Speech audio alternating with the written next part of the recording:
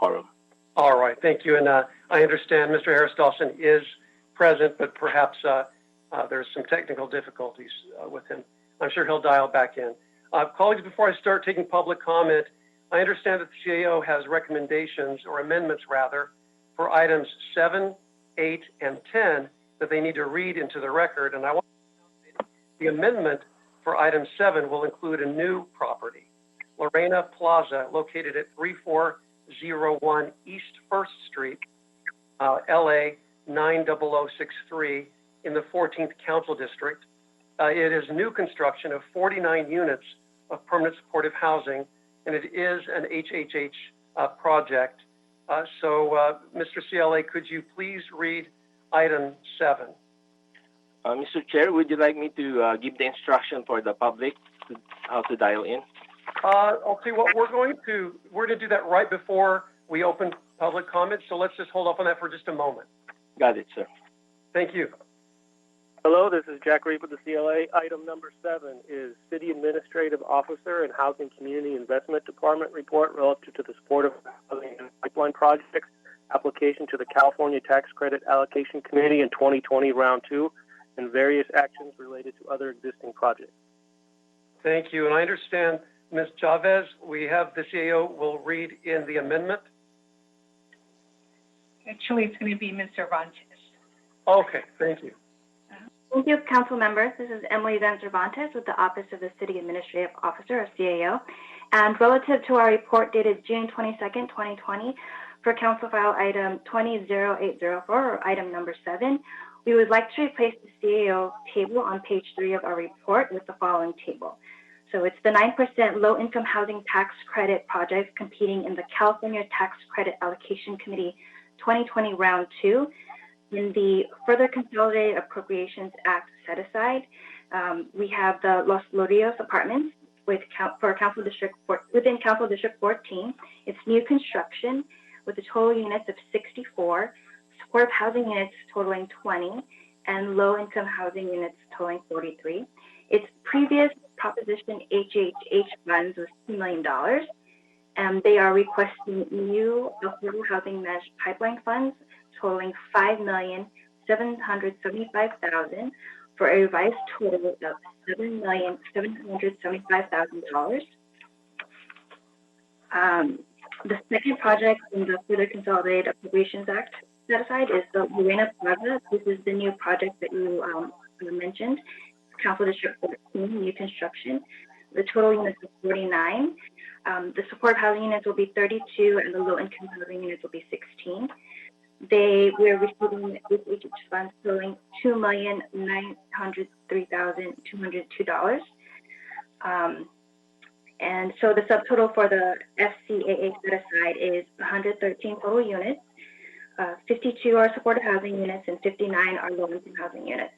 And the total Prop HHH units funding for those projects is $4,903,202, and the new funding that's being requested is $5,775,000 for a total of $10,670,202.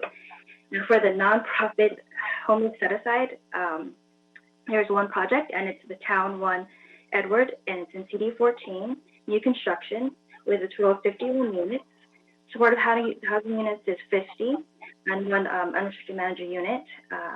They are requesting additional funding from the Affordable Housing Managed Pipeline, totaling $1,700,000. In the special needs set aside, there is 2 projects. The first one is NoHo in Council District 2, new construction. Total units is 40. 32 will be supportive housing units, 7 will be low income. Their Proposition HH funding is $3,833,200. The second project is the Wilcox project in Council District 13, new construction. Total units is 62. 61 units will be supportive housing, and their HHH funding will be $5,225,000.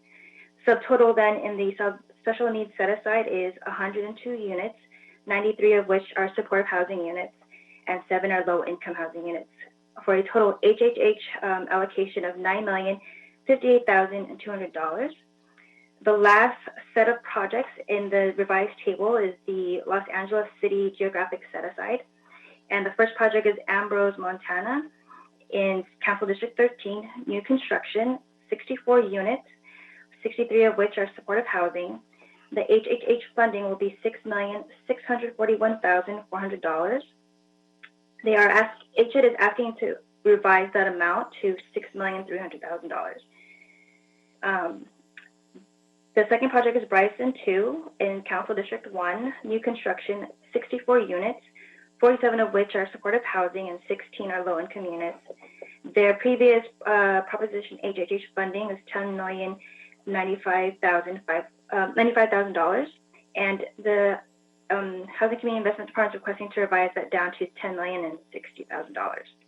The final project is Depot at Hyde in Council District 8, new construction with 43 units, 33 units of which are supportive housing and 9 will be low-income units. Their previous HHH funding is $8,160,000, and the Housing Community Investment Department stated that they'll be revising that down to $6,840,000. So the subtotal for the LA City Geographic set-aside will be 171 units, 143 of which are supportive housing, and 25 will be low-income units, for a total of previous HHH funding of $24,896,400, and the revised HHH funding will be $23,200,000. So the total for all 8 projects that will be applying for tax credits this round is 137 units, 338 of which are supportive housing, and 91 are low income. Previous HHH funding totaled $38,857,802. HHH is requesting $7,475,000 in new affordable housing managed pipeline funds, and the total funding for HHH funding for these projects will be $44,636,402. I will be submitting a copy to the clerk so they can have it uploaded, so they can upload also a attached staff report for the Uena Plaza project. And I would like to amend the following recommendation in the CA report, which is number 2B2, authorize the general manager of the Los Angeles Housing and Community Investment Department, or designate to, B, issue 2 sets of 9% low-income housing tax credit tiebreaker letters of support. The first set to the Los Lodios Apartments and Uena Plaza projects in the Further Consolidated Appropriations Act set-aside, and the second set for the Ambrose, Montana, Bryson 2, and Depot at Hyde projects in the Geographic set-aside, as identified in the revised table that I just read aloud. And those are all of our revisions to our recommendations.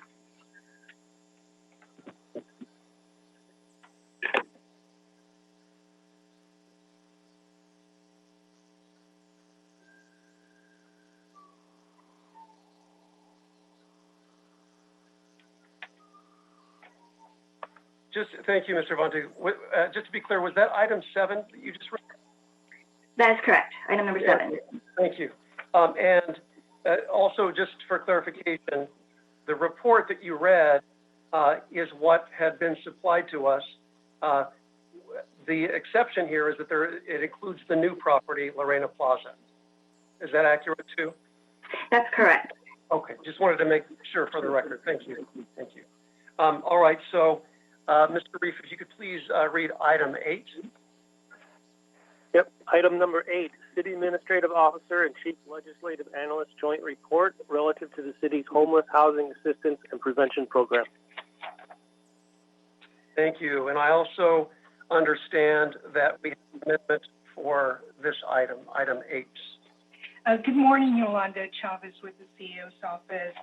The amendments to item 8, Council File 190914, are all technical in nature and do not impact the funding recommendations in the report. So I'm going to briefly describe them. We've submitted both the amended recommendations and the amended controller instructions to the city clerk. For recommendation number 10, we are replacing the entity who's going to be administering the contract from the city clerk to LASA through the Housing and Community Investment Department.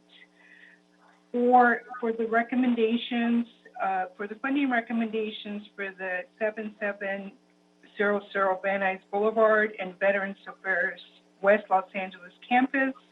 The appropriation, we're asking is that it be changed from fiscal year 2019-20 instead of 2020-21.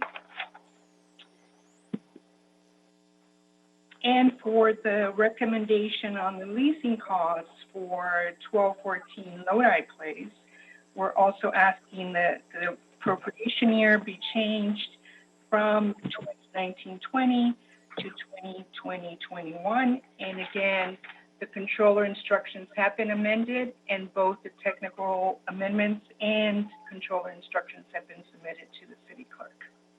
Thank you. Thank you, Ms. Chavez.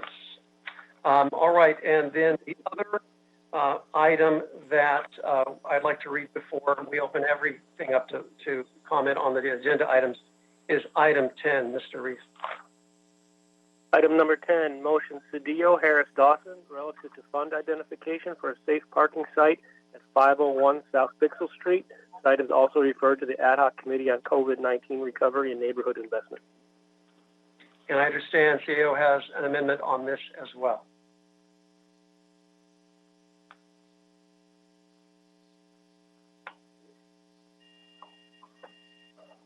Good morning.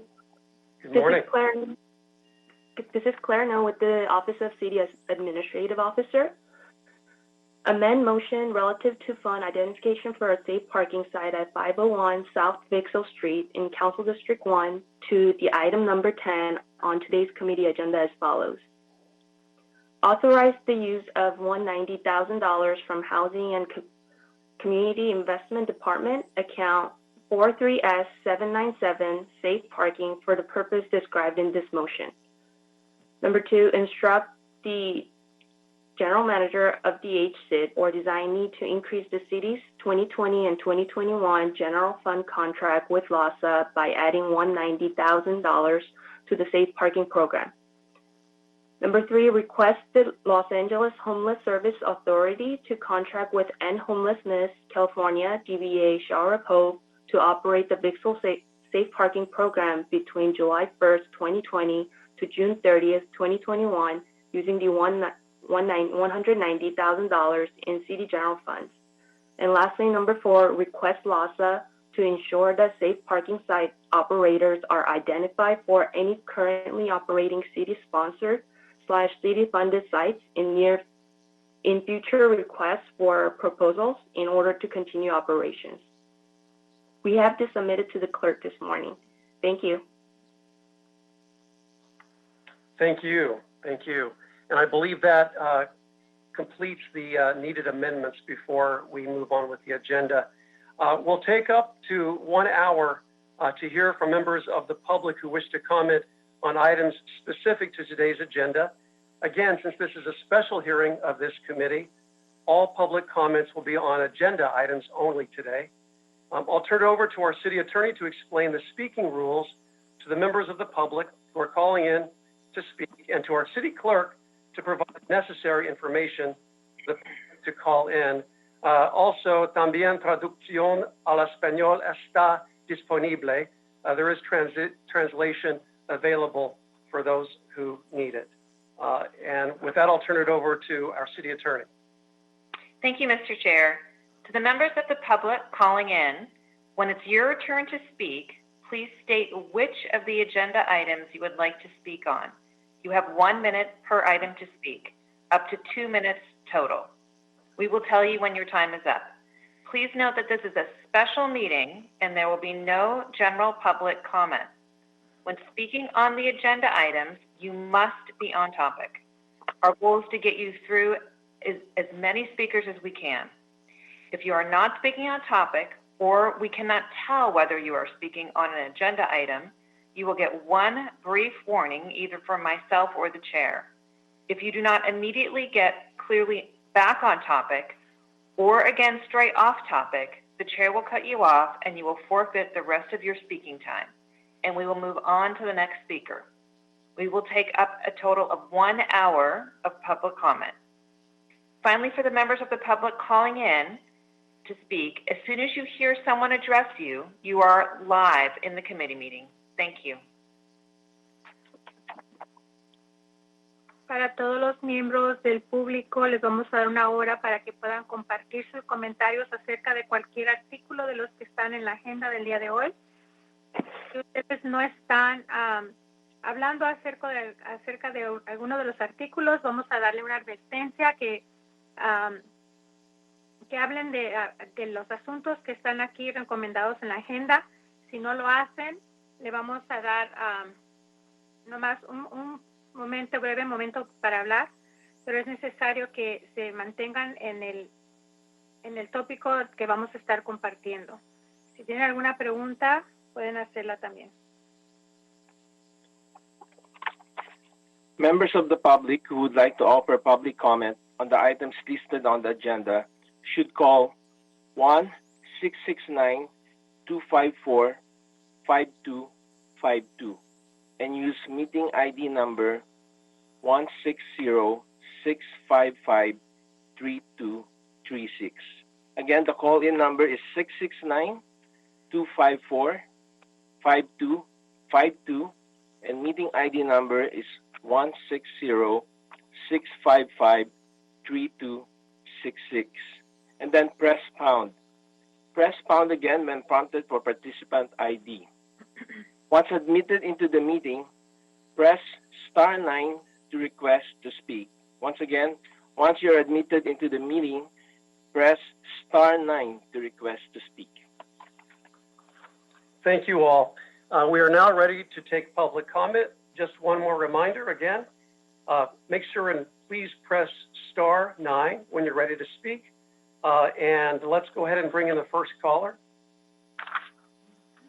Caller, please state your name and what items you would like to speak on. ¿Puede decir su nombre y de qué artículo quiere hablar?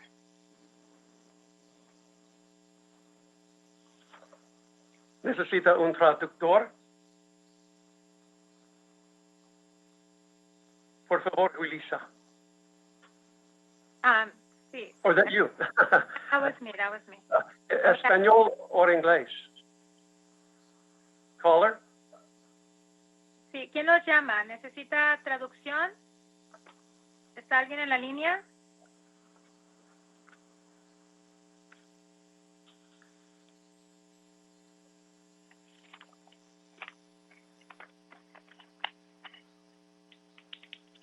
No one seems to be there.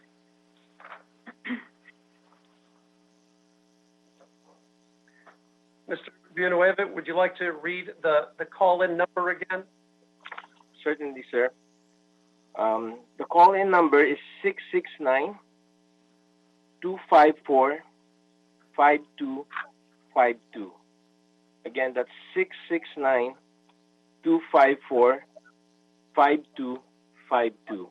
And the meeting ID is 160-659-3266.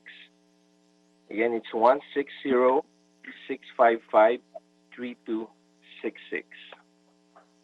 Bueno, si quieren hacer algún comentario acerca de alguno de los artículos, pueden marcar el número 669-254-5252. El número nuevamente 669-254-5252. El número de ID es 1606-553266. Nuevamente el número de ID es 1606-553266. Thank you. And do we have a caller on the line? Hi, can you hear me? Yes, we can. Thank you. Hi, my name is Zoe Nissen, and I'm a resident of historic Filipino Town, and I would like to speak on item 12. Thank you. You have 1 minute. Hi, thank you. So I am in Mitch O'Farrell's district, number 13, so this is specifically for you. We need to abolish this committee in favor of one suggested in Bonin's motion that includes unhoused people. There are so many people who are unhoused on your streets that you do not care about. You are meeting with housed people because they don't want to see the encampments in their neighborhoods, but you aren't including the voices of the actual people that you are trying to advocate for. You're allowing construction on luxury high-rises, so you need to figure out a way to include the unhoused people in your district and actually provide some services that help them. You need to cancel rent, you need to commandeer the vacant hotels, provide harm reduction services and not suites, and adopt the people's budget right now. Remove Mitch O'Farrell. I yield my time. All right, and we have our next caller. Hello, my name is Taylor Spar, and I'm calling in regard to item number 8. And I am... Yeah. Go ahead, 1 minute. I'm a first-time caller. Thank you for having me here. And I'm asking you to fund something better with regard to poverty. Every year we see the police budget increase. We see the homelessness problem increase. There seems to be a lack of getting a good return on the investment of our taxpayer dollars. We need to have a little more options for our homeless community, like the caller before me stated, assistance with rent in this time especially, and in general, the City Council must end criminalization of homelessness. We need to defund the police and commandeer hotel rooms and vacant units immediately. I yield my time. Thank you. Thank you. And let me just say for the record that we have Mr. Rue has joined us earlier, so he is in the meeting as well as Mr. Harris Dawson. Next caller, please. Hi, sorry, didn't realize I was next. My name's Katie. I live in CD 13, and I'm speaking on item 12. Okay, you have 1 minute, Katie.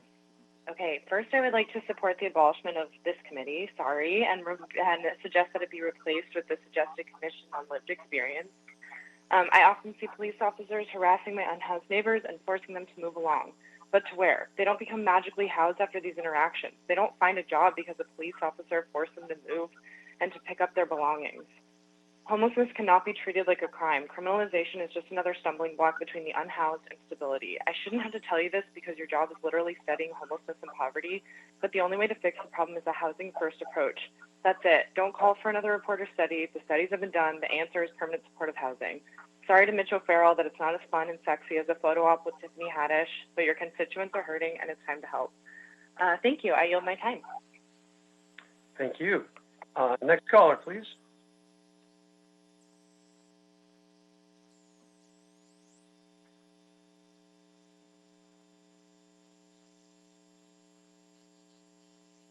Do we have the next caller ready?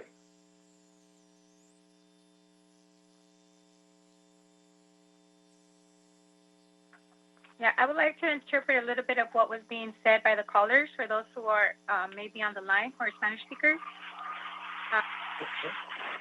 So do I go to now? Listen, let's hold off on that, and we'll hear the next call first. Okay, yes. Thank you. Yes, please state your name and which agenda item you'd like to speak on. Hi. This is Megan. I'm from District 4, David's district, and I'd like to speak on item 12, please. Okay, you have 1 minute. Perfect, thank you. Usually I'll stop with 12, but in this case I fully support this item. We need to keep our citizens safe, not only those who have homes, but those unhoused. There's so many vacant rooms and hotels. We need to give them to the homeless to keep them and others safe. Every day, homeless people die on the streets, and that is on y'all for not using your power to help them. Their blood is on your hands. I absolutely blame each and every one of you. We need to defund the police and reallocate that money to help the homeless. Decriminalize homelessness. It's unconscionable that homeless people are arrested and punished instead of helped by the systems that put them on the streets. David, you have a lot of audacity pretending you give a shit all of a sudden about homelessness and corruption. I yield my time. Fuck you. Before we go to the next caller, Julissa, you wanted to weigh in with some translation. Yes, sí, los primeros personas que han llamado a la línea, la primera señora decía que ella quiere que sea abolida el artículo 12. Ella no lo apoya. El siguiente persona que estuvo llamando también hizo un comentario acerca del artículo número 8. Él dice que debe de haber más asistencia para las personas sin hogar. Está de acuerdo con la que llamó anteriormente de él. La tercera persona que llamó pide que no se les trate a las personas que no tienen hogar como criminales. Culpan ellos mismos a los que están promoviendo la junta, que ellos son parte del hecho de que haya tanta persona que no tenga hogar. La persona que acaba de desconectarse también, ella está en apoyo del artículo 12 y dice que debemos de proveerles hoteles a las personas que no tienen hogar, y también culpa a los que están de dirigentes por tantas personas que viven en la calle y que no deberían de tratarlos como que fueran criminales. All right, thank you. Let's go to the next caller, please. Hi, my name is Natty Jackson. I would like to comment on items 8 and 12. And I wanted to just tell you a little story. I work with a nonprofit, and we often go down to Skid Row and work with our unhoused neighbors. I often see a naked woman walking in broad daylight in Los Angeles, where officers pass her by and offer no help. If the cops are going to have this amount of budgeting, then we should also be able to offer these mentally ill and unhoused individuals a place to go for solace, refuge, help, and security. I think we can definitely offer that if we redistribute funds, reinvest in the community, and defund the police. I yield my time. Thank you. Next caller, please. Hello, can you hear me? I can. Yes. Hi. Your name and which item? Yes, my name is Kessler, and I'm calling in to speak on item number 12 as well. We're all aware that the homelessness crisis in LA has only gotten worse since this committee was formed because this committee continues to criminalize homelessness. We want this committee to be abolished and replaced with a commission on lived experience with homelessness, like the one suggested in Bonan's motion on item 12. The public is also urging you to remove Mitch as he meets with NIMBYs and ignores his unhoused constituents. The fact that construction of condos, apartments, mansions, and houses have continued throughout the entire quarantine is extremely maddening, as if anyone unhoused on the street can afford to live in any of these buildings. It shows you literally only care about money and not about the people on the street. Otherwise, you'd be building affordable housing instead of gentrifying every area of LA. We, the public, demand that you do the right thing by ending criminalization of homelessness, defunding the police, and commandeering all hotels and vacant units now to start housing the 60,000 plus unhoused population in LA. I yield my time. Thank you. And next caller.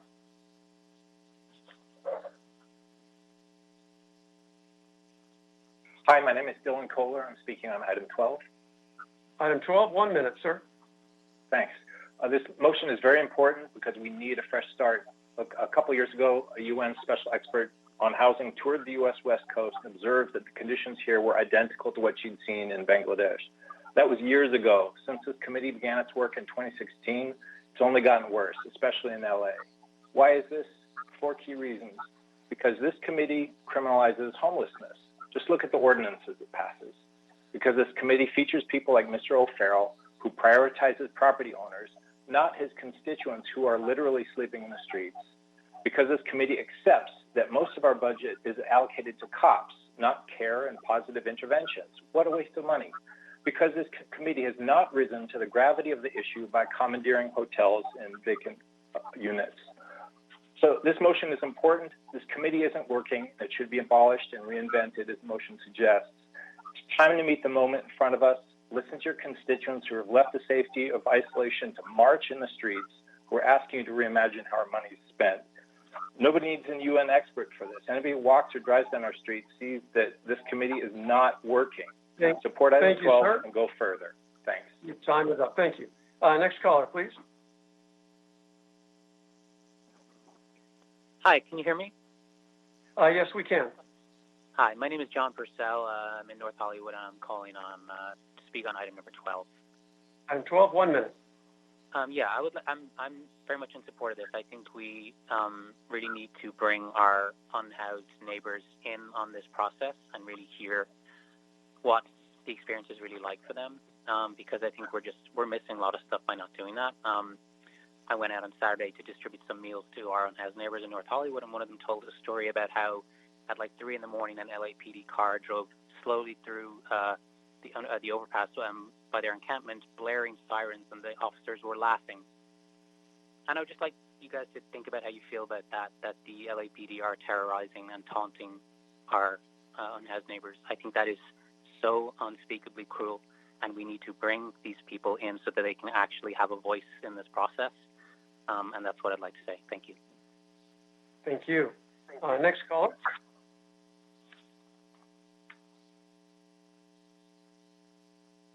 Hello? Hello, we can hear you.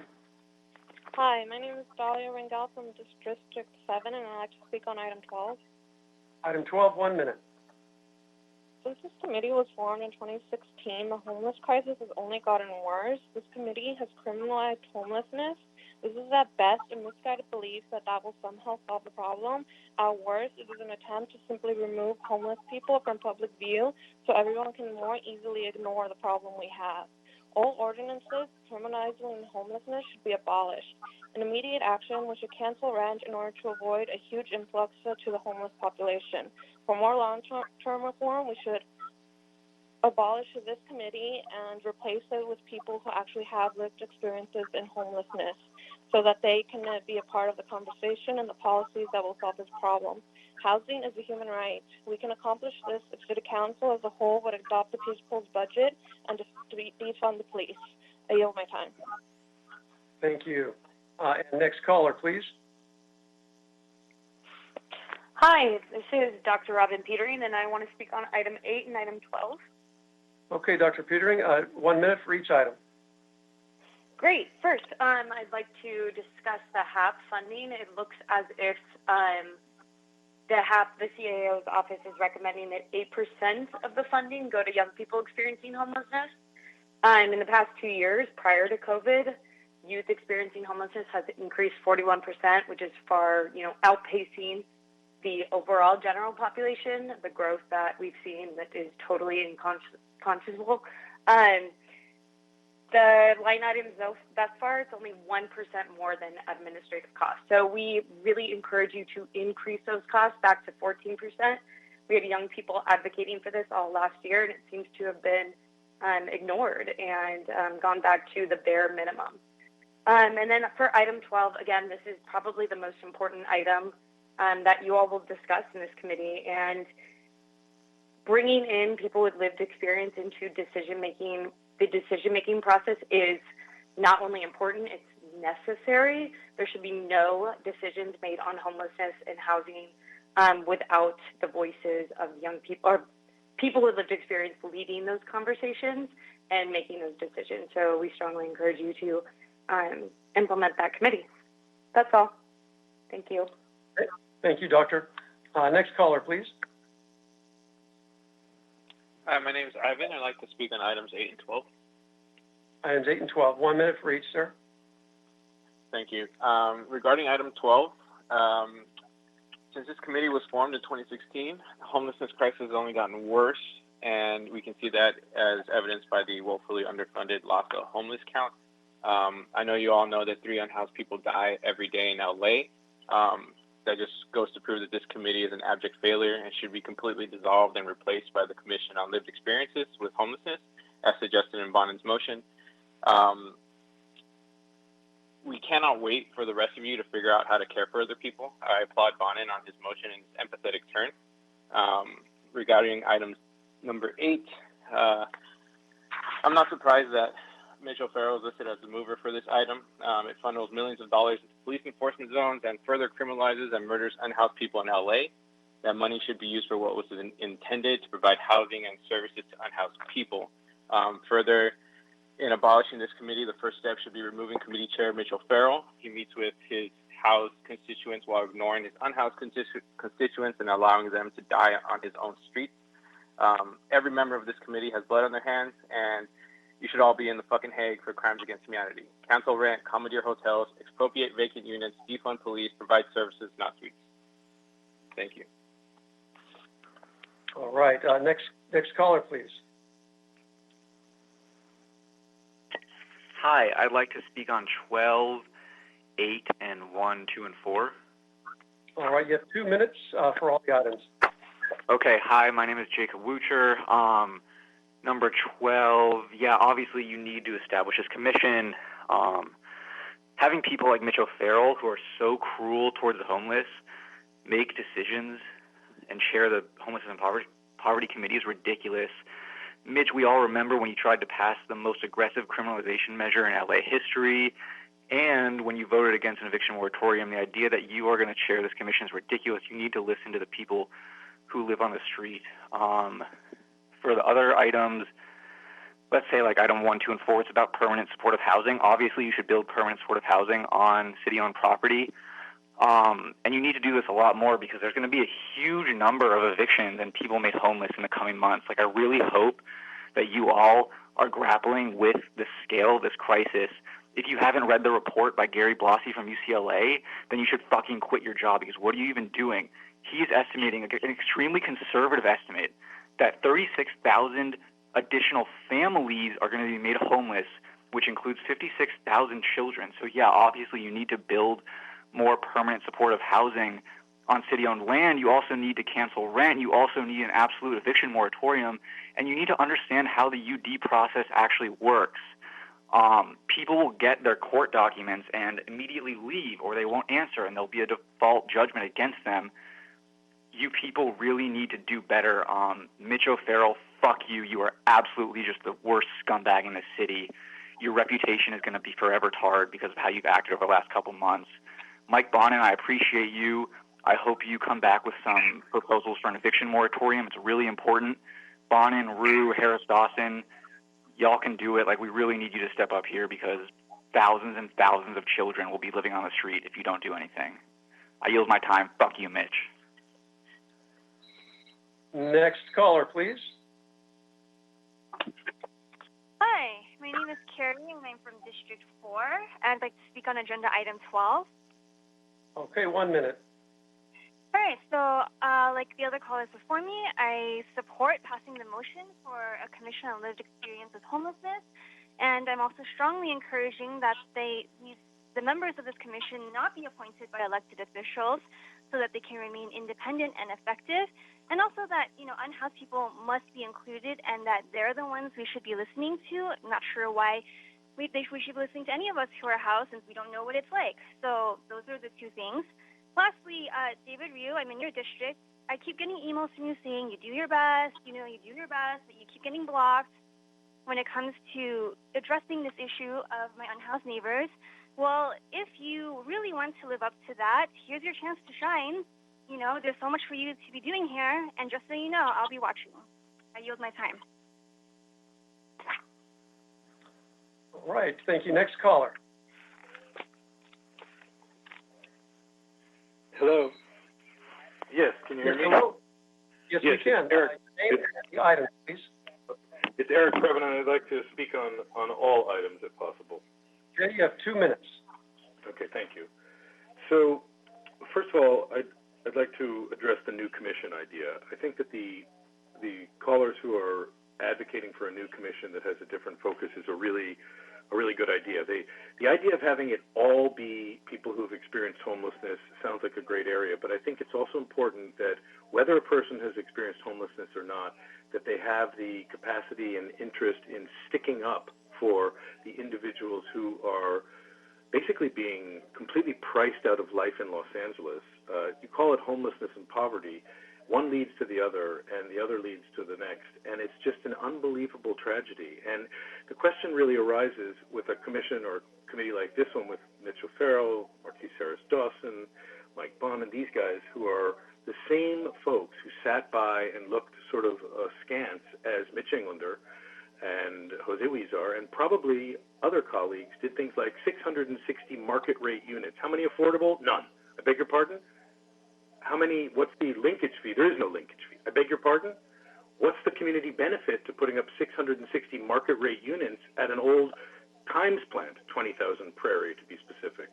And Mitch Englander, not only did he accept as a public benefit $200,000 total given to a not-for-profit that he adores, these guys, Armbruster, Goldsmith, and Delvac, the same monsters who are creating these giant luxury properties for the Huizar clients and for the O'Farrell clients, are getting away with murder. And then you wonder why people can't afford a place to live.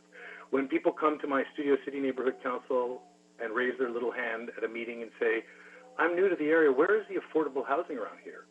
The painful and horrifying truth is there is no affordable housing. And so they continue to move forward with this kind of a thing, and there's no sensitivity to what we should be fighting for and what we need to be fighting for, which is a way for people to actually live in a society where they can afford that's your 2 minutes. Thank you so much for your comments. Next caller, please. Hi, my name is Zach Frank. I'm a decade-long resident and worker in District 13. I'd like to make a comment on item 8 and item 12, please. Okay, 1 minute for each. All right. On item 8, I would like to echo what a previous caller had said, that you need to be increasing the funding for young people back up to 14%. Is unconscionable that you would actually decrease the amount given how much they've been affected and how much additionally vulnerable they are over the adult unhoused population. And on item 12, I want to strongly voice my support for disbanding this absolutely useless council and creating a new force that is primarily made up of the unhoused. This city, I myself have not experienced homelessness, though my own personal best friends have, but I have experienced the difficulty of trying to find a place that is even remotely affordable. Somehow with a TV producer's salary, I'm still paying over 50% for me to be able to afford my rent and that's me living comfortably. This city is absolutely insane. And for the unhoused, it's even worse. Mitch O'Farrell, you continue to criminalize the unhoused, and it only creates a nonstop cycle of poverty that makes this homeless crisis worse. And this whole council, I hope, is obviously keeping an eye on the upcoming crisis of evictions. The LAPD and the LASD is going to be showing up to people's doors and evicting them violently. We're going to be having people violently attacked by the police, and we're going to have more people homeless out on the streets. All I've seen for the past decade is luxury condos being built. You need to immediately stop doing this idiotic Garcetti plan of using incentives to get hotels to open up and just seize the rooms, house the unhoused, until we build a place to put them into permanently. It is cheaper for us to be doing it that way. If you need the money, defund the LAPD to do it. You should be taking them down to 2% of the city's budget. They'd still be the best funded in the city. Follow the people's budget. I yield my time. And Mitch O'Farrell, fuck you so fucking hard, you fucking fuck. Next caller, please.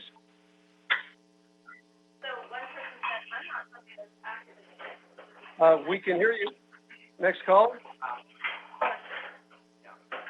Hello? Hello. Yeah, state your name and your agenda item, please. Hi, my name's Nicole Plesha. I'm in District 13, and my family has lived in Los Angeles for over 100 years. Project Room Key, I want to speak on 8, 12, and 13. Okay, 2 minutes for all the items. Thank you. Project Room Key is a much hyped and under-delivered on results initiative for public health and for human decency. Fill the vacant rooms. With the money spent on harassing the homeless population, we could solve the homeless crisis by defunding and reallocating the LAPD. Everybody keeps saying that they want to support 24/7 community services, but it's not going to do any good if we don't have any money. And the only place that there's money like that is in the LAPD. It's bloated and it's ineffective. I also echo what people said to disband this committee and to start a new committee. I'm in support of item 12. The community supports homeless mutual aid and nonprofits in addition to paying our taxes that aren't helping this homeless community. So we can't do both. We can't support this community and pay the taxes that aren't even going to help them. It doesn't make any sense. Let me see if I have any other points. I yield the rest of my time. Thank you. Thank you. Next caller, please. Hi there, this is Jed Perriott. I'd like to speak on items 8 and 12. Okay, 1 minute for each. Yeah, it's pretty amazing that since this committee formed, we've seen far more hotel rooms built in this city than Triple H housing. It seems like y'all care more about housing Olympic tourists for 2028 than you do people who are dying right now on the fucking streets. Your own constituents who are dying, disproportionate amount of which are black, including Andrew Kettle, who died in your district, Mitch O'Farrell just 2 weeks ago, a friend of mine. I wonder if you all know anyone who's died in the streets. Do you? And so when we talk about the Hap funding, we see that there's possible. Definitely, as you're pushing more bridge shelters that you brag about, and yet you're trying to hide the fact that there's special enforcement zones, millions and millions of dollars going to LAPD to harass people.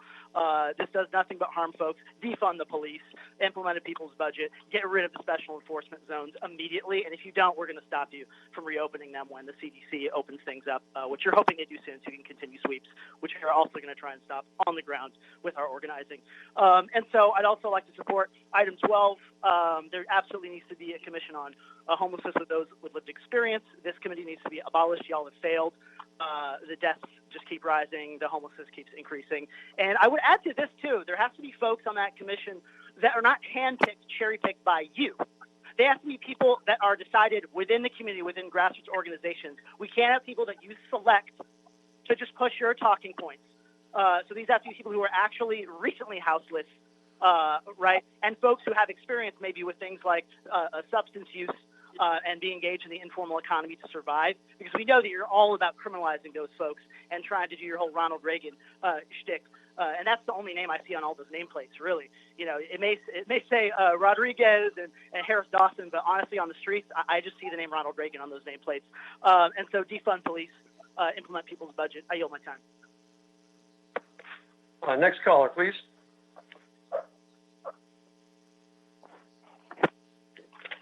Hello. Hello, we can hear you. Your name and the items you'd like to speak on. Okay, perfect. Hi, this is Teddy Park, Council District 14. I'd like to speak on, I guess kind of just a bunch of items, but starting with 1, 2, and 4, just want to, encourage fund. Okay, just want to encourage, funding for homeless citizens. Want to reiterate what was said before, that we should be housing these folks in hotels for the time being. We have the money in the LAPD budget. All it really takes is for you to have the political will and to listen to the people who are asking you time and time again to just care for our unhoused citizens. I'd also like to reiterate that rent is due on July 1st, and the moratorium hasn't been extended. So beyond the fact that that legally should happen or will happen on July 1st, people will be evicted using police force. People are already being evicted currently with police force illegally. This is happening constantly. Check any page from the LA Tenants Union. I yield the rest of my time. Fuck you to John Lee especially. Thank you. Next caller. Hi, my name is Sam Sachs. I live in CD5, and I'd like to speak on agenda item 12. Okay, 1 minute, sir. I wanted to say full support for the committee. Along the lines of a lot of the other callers, this committee needs to be truly representative of the houseless population here in Los Angeles, not just like hand-picked buddies of you, Mitch O'Farrell. And Mitch, if you want to be on the committee so bad, you can actually give up your house and let unhoused people live in it, and you can see what it's like for a little bit, and then maybe you'll have a glimpse of what it's like to be unhoused rather than just being in the pocket of developers. You're morally corrupt. This whole council is. No more fucking police funding. Services, not sweeps. I yield my time. Fuck you. Next caller.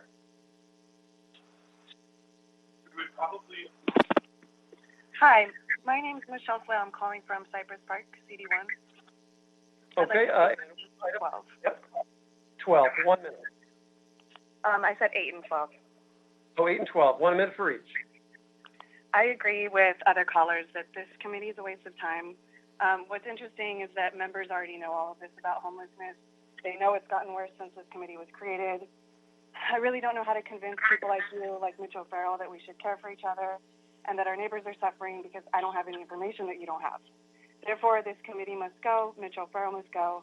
I support Bonner's motion for a commission that includes people with lived experiences, being unhoused, being in the committee. Cancel rent, come into your hotels and vacant units. It's cruel not to. Remove Mitch O'Farrell, defund the police. I yield my time. All right. Next caller.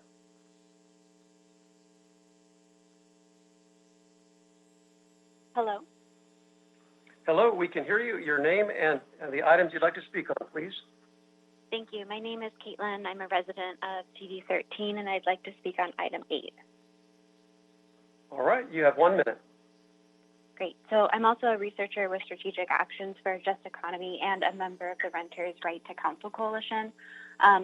In regards to the Hap Funding, this committee will have the opportunity to fund a previously approved motion for $6 million in Hap Funding for the city's Eviction Prevention and Defense Program.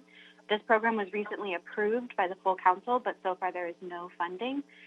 If funded now, eviction prevention and defense would educate tenants on their rights so they know what the law is. It would provide clinics where tenants could get one-on-one assistance to prevent illegal displacement and homelessness. And where a landlord files an eviction, it would provide legal representation to help renters stay housed. New York, where they have a similar program, 84% of renters facing eviction that receive legal representation stay in their homes. LA's program would prevent homelessness and keep people housed. Hundreds of thousands of renters, as has been noted on this call already, in Los Angeles are at risk of displacement and homelessness in the upcoming months. Before the pandemic... Thank you. Your 1 minute is up. Thank you. Next caller, please. Hi, can everybody hear me? We can hear you. Your name and the item. My name is Matthew Pardue. I'm a member of O'Farrell's district, and I'd like to speak on 8 and 12, please. Okay, 1 minute for each. Yeah, I'd just like to start with saying that I support the motion to start a council, of people that have lived experience. I want to echo some of the things that have been said about how we think about selecting the individuals that are part of this committee, because I just want to make sure that they're not hand-selected to be peddling the nonsense that this committee tends to peddle. As we've seen, the homelessness crisis has only gotten worse since this committee was formed, so I think that it's time to start a new approach. With the bridge shelters, you're just criminalizing people. You're putting people in a situation where they can't get to the other side of the problem that they're in. So you're much better off building housing units and putting people into housing instead of making these spaces where you funnel a bunch of money to LAPD where they can criminalize people that are on the street. So I'd just like to conclude by saying, support item number 12, and we need to cancel rent. We need to extend the moratorium eviction, and we need to defund the police and put the money into the people that need it. Thank you. Thank you. All right, next caller, please.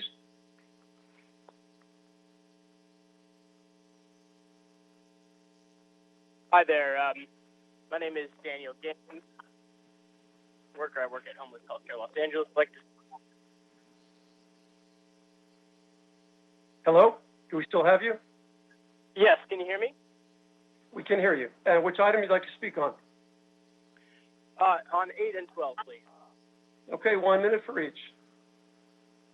Thank you.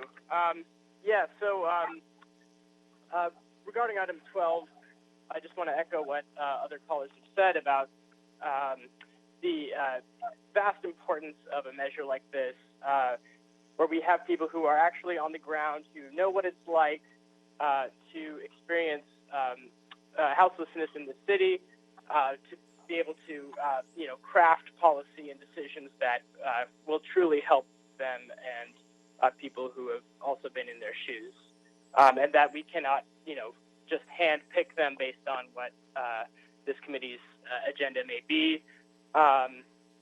Also, just like to add that we really need to understand that homelessness is trauma. It is repeated trauma. A lot of people that have fallen into homelessness, very largely due to our unaffordable housing, but those that have fallen into homelessness perhaps through substance use do so because of trauma.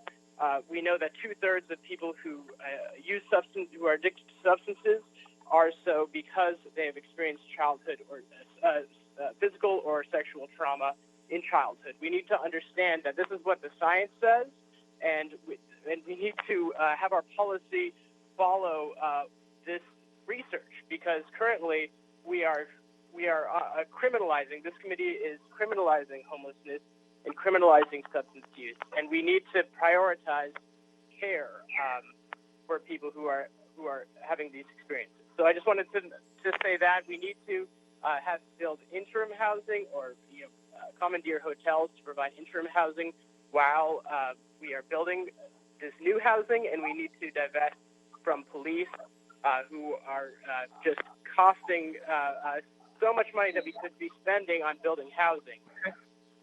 Thank you, sir. So, that's been your 2 minutes, and thank you for your comment.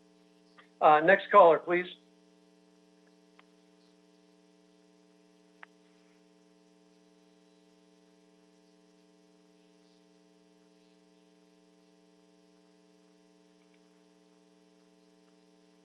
Do we have a next caller?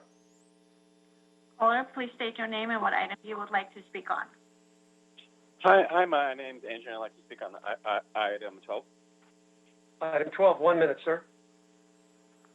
Thank you. I live in District 13, and I support this motion to disband this committee and have one led by people with lived experiences. It's insane that there's just been nothing done. This committee just still doesn't do anything as our housing problem gets worse.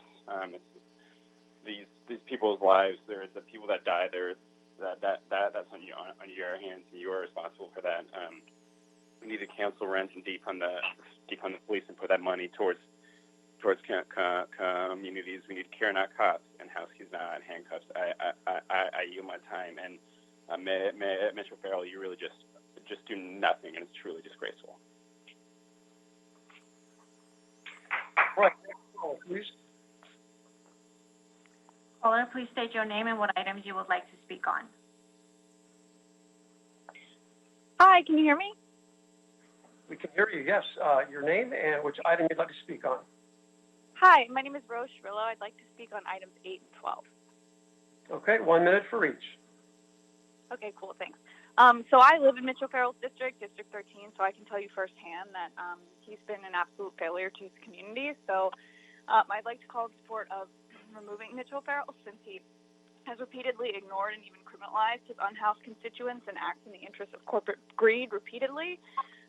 So I'd also like to support ending criminalization, defunding the police, and commandeering hotels and vacant units immediately. And it's really a disgrace that we haven't done this already, considering we're in the midst of a pandemic. And as far as item 12, like many callers before me, I want to support the disbanding of this committee in favor of Mike Bonin's motion to replace it with a commission on lived experiences with homelessness. Bringing the homeless community into the conversation is, I think, the only way that we can create meaningful change. And like I said, as many callers have already echoed, the homelessness crisis has really only gotten worse since this committee was formed, because it continues to criminalize homelessness. And I've seen this myself firsthand living in District 13. So, yeah, thank you so much. I yield my time. All right, next caller, please. Caller, please state your name and what items you would like to speak on. My name is Hannah. I'd like to speak on item 8. All right, 1 minute. I'm an attorney with the Aesthetics Preventing and Ending Homelessness Project. And we're asking the Homelessness and Poverty Committee to fund the previously approved motion for $6 million in Hap Funding for the city's eviction defense program. The money would go towards creating a robust eviction defense program to keep tenants in their homes or prevent mass homelessness. Nearly a year ago, we asked for this funding in light of the growing homelessness crisis. The situation was already dire, and that was before COVID-19 hit. In light of the catastrophic economic consequences of COVID-19, the committee must act now to fund a tenant defense program. LA's unemployment rate climbed to 24% in April. Experts believe record unemployment rates will lead to a tsunami of evictions once the temporary protections expire. A UCLA risk of eviction. Providing legal representation for these tenants is crucial to protecting their housing because many tenants are unaware of their legal rights. We often see tenants move out because the landlord tells them to, not because any court process has taken place. Thank you. Thank okay, you. that's 1 minute. Thank you. Next caller, please. Caller, please state your name and what items you would like to speak on.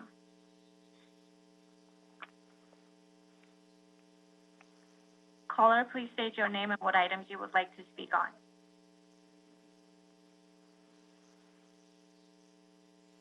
Hello? Hello, we can hear you. Please state your name and which items you'd like to speak on.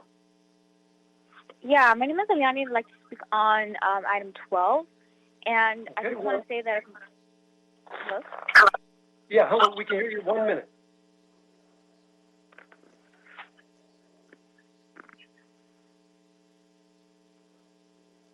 Sure, are you still there? Hello? Hello, we can hear you. You have 1 minute. Okay, yeah. I just wanted to speak on item 12. I support it. I do think that the committee full of people with experience in homelessness should be a priority. They're the ones who know best what it's like. I definitely think that homelessness is going to be a problem that is just only going to get worse if we don't cancel rent. And the only thing that we can do now is, either take over some hotel rooms and house people because, you think it can never happen to you, but that's not true, So people who've been there know best and cancel rent, defund the police. There's resources right there. Thank you.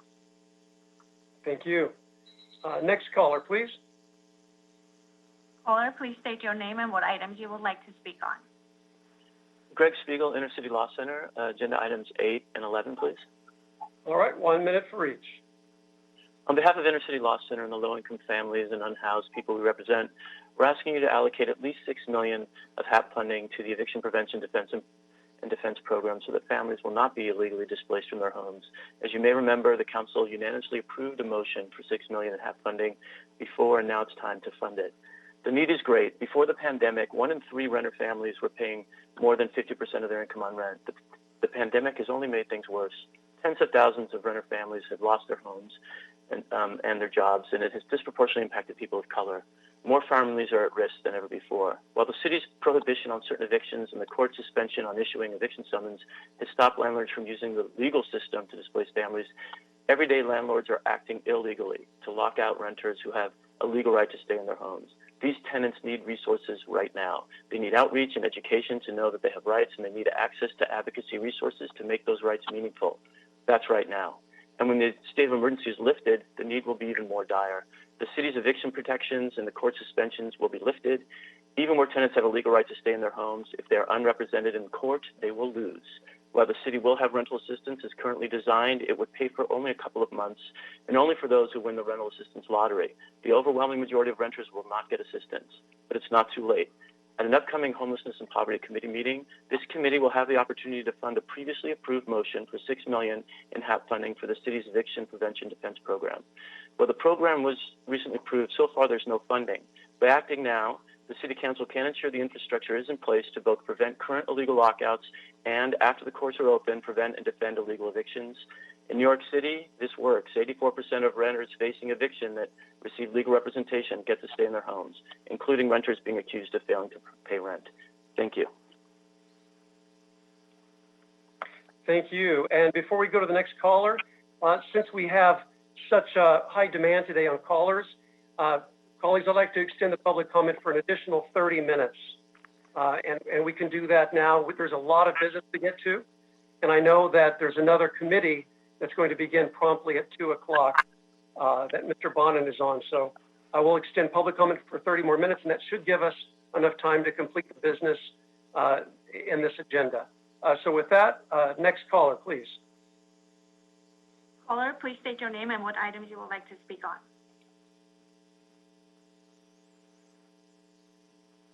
Caller, please state your name and what items you would like to speak on.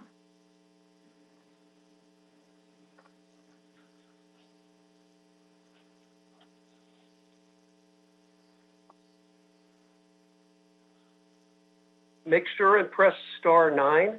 That gets you into the committee hearing. Is there ¿Está alguien en la línea? ¿Necesita traducción? Oprima estrella 9 para poderlo escuchar.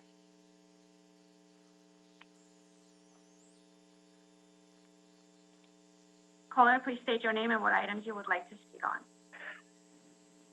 Hi, my name is Amy. I live in CD5, and I would like to comment on item number 12. Okay, 1 minute. I would like to echo the other public commenters about defunding the police and abolishing this committee, and instead establishing the Committee on Lived Experience with Homelessness. There are so many homeless individuals who live on my street. They're part of my community. I walk past them daily. They have a voice, and you need to listen to them in making decisions on how services are provided to them. I walk past my unhoused neighbors in front of luxury apartment buildings sitting empty and construction on more luxury housing.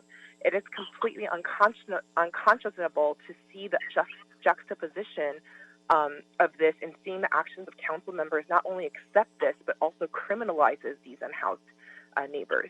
The unhoused need housing support, not criminalization. We need affordable housing. We need to defund the police and reinvest into our communities to address the root causes of homelessness, such as mental health treatment and drug addiction treatment. Policing has no role in responding to homelessness and poverty. Unhoused population in the city needs to have a voice in the decisions on how services are provided to them. Thanks. Thank you. Next caller, please. Caller, please state your name and what items you would like to speak on. Hello, can you hear me? We can hear you. My name. Your name and which item? Yes, my name is Val Carlson. I'm with the End Homelessness Now Los Angeles campaign, and I'm a resident of District 8. Our campaign urges city and county governments to stop giving millions of dollars to wealthy developers, landlords, and bureaucrats, and instead deploy your vacant and underused land and buildings to build, own, and run permanent, supportive public housing as a solution to the homelessness catastrophe. Today, as the homelessness crisis is compounded by COVID-19 and continues to be plagued by systemic racism, every government-owned vacant or underused property and other properties that they can acquire must be turned into such housing immediately. Item 8 reflects a lot of money being spent not only on bridge housing, which is temporary, but also on the criminalization of being unhoused. At the rate that homelessness continues to increase, temporary shelters are not the answer. Instead, you should be spending all possible money on the permanent supportive public housing, using the vacant lots, using the buildings, creating trailer parks, and eliminating all of the zoning and planning barriers to immediately implement all of these.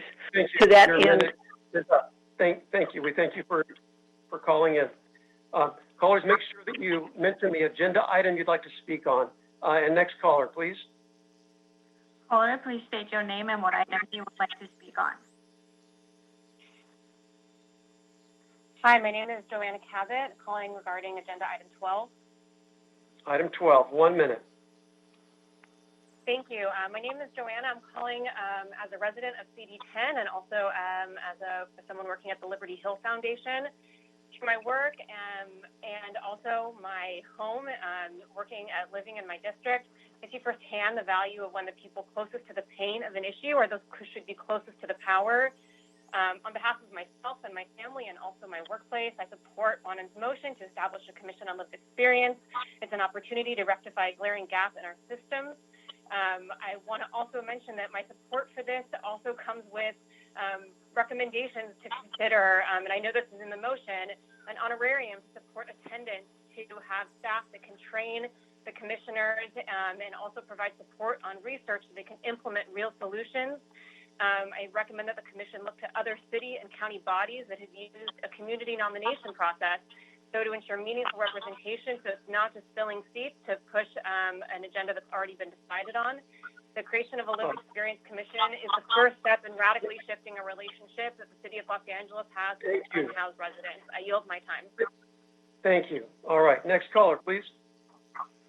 Caller, please state your name and what items you would like to speak on. Oh, can you hear me? We can hear you. Oh, good. So I guess all the items really. Okay, you have 2 minutes. And your name, please. Yes, my name is Grace. Thank you for the opportunity to be heard. I would like to tell you the reason for homelessness. Number one, it is the housing crisis, the unaffordable housing here in LA. Everyone knows it. Number two, it's mental illness. Number three, it is substance abuse. And number four, it's not the criminalization of homelessness, it's the lax laws.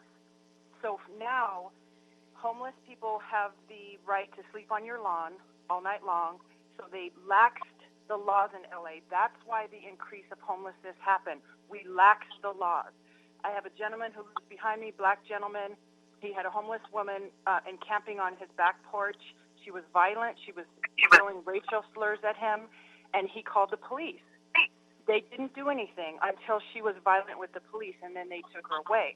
So I'm not blaming homeless people for being mentally ill. I'm just saying, what about the people who are one check away of being homeless, like me, like my whole life, I have not chosen drug abuse. I have chosen to work hard and waitress and just get by every, scratching of my nails up the way, and I'm trying to do what's right. Furthermore, everybody who wants to defund the police, put your name on a list, and we will have 911 block your number. If you really believe what you're saying, put your name on the list, and 911 will block your number. Furthermore, if you want to open your backyard to the homeless, then you could have that choice, because a lot of you sound like you have money and you have an education. Why don't you open your home to the homeless instead of taking away money from organizations like the police, who's protecting all of us? Defunding the police has nothing to do with homelessness. The police are here to protect everyone of every color. Thank you very much. Thank you. That's been 2 minutes. And next caller, please. Caller, please state your name and what items you would like to speak on. Hi, my name is Hassan. I'm an organizer at ACE. I live in the District 14, and I would like to speak on the item 8. Okay, 1 minute. Okay. First of all, get funds towards eviction defense before it is too late to respond to the crisis, and get on this asking for money for the HHAP program to fund eviction defense. There already is an existing framework for the eviction defense program that was established last year. Now it needed funding. Remind the committee that it recommended will be in a few weeks, and they should support the full $6 million for a EDP. Rental assistance is not enough. This is only a temporary help. Rental assistance is only help those who with the lottery. Remind the approach for the $6 million approved in an article that will currently need eligibility displacement and need probations. It needs to start to get programs to stop too soon, and the rental assistance will not touch this. Thank you. Thank you. Thank you. 1 minute. And next caller, please. Caller, please state your name and what items you would like to speak on. I'd like to speak on item 8 and 12, and my name is Gabriella Goldberg. Hello, you have 2 minutes. I live in District 11. The homelessness crisis has only gotten worse since this committee was formed, and we've seen that very clearly. According to Inner City Law Center, homelessness has increased 12.7% since last year, and yet that is during the work that's been done by this committee. You're clearly failing, and while I appreciate Mike Bonin for item 12, we are pushing for you to actually pass this committee because your committee has failed. This committee has failed. It should be abolished and replaced with a commission on lived experience with homelessness, like the one suggested by Bonin. Secondly, we need to remove Mitch O'Farrell. He will be voted out in the next term. You have criminalized homelessness to such an extent. Meanwhile, we don't have affordable housing in the city. We know you voted against the eviction moratorium during COVID. Meanwhile, we do not have public health or mental health facilities in the city. Thanks, Ronald Reagan. This committee is basically an extension of that. We know who you are prioritizing, and the reality is you will not be reelected. Mitch O'Farrell, Yet, meanwhile, every day 207 people exit homelessness and 227 people become homeless. That is before the COVID pandemic. To prevent homelessness before it happens, we need to create affordable housing on a different scale than is currently being talked about. To fund the police, supporting people's budget. Mitch O'Farrell, you will be voted out in the next term. I know many people that live in your district. We will keep our eyes on you. Thank you. Next caller, please. Caller, please state your name and what items you would like to speak on. Hi, my name is Nicole Ariola, and I'm calling to speak on item number 12. All right, 1 minute. Hi, I wanted to call regarding the homeless crisis, which has only gotten worse since this committee was formed because it continues to criminalize homelessness. This committee should be abolished and replaced with a commission on lived experience with homelessness, like the ones that Mike Bowen had mentioned. I'd also like to suggest removing Mitch O'Farrell. There's no way that he's going to make the next election. He continues to ignore unhoused constituents, and I'm also calling to end the criminalization, defund the police, and commandeer hotels and vacant units now. I yield the rest of my time. Next caller. Caller, please state your name and what items you would like to speak on. Hi, can you hear me? We can hear you. Your name and which items you'd like to speak on. My name's Calvin Martinez. I'm commenting on item 12. All right, you have 1 minute. Hi, I'm a resident of CD13, and I'm a mental health professional. I'm absolutely disgusted at how this committee has completely failed our unhoused residents.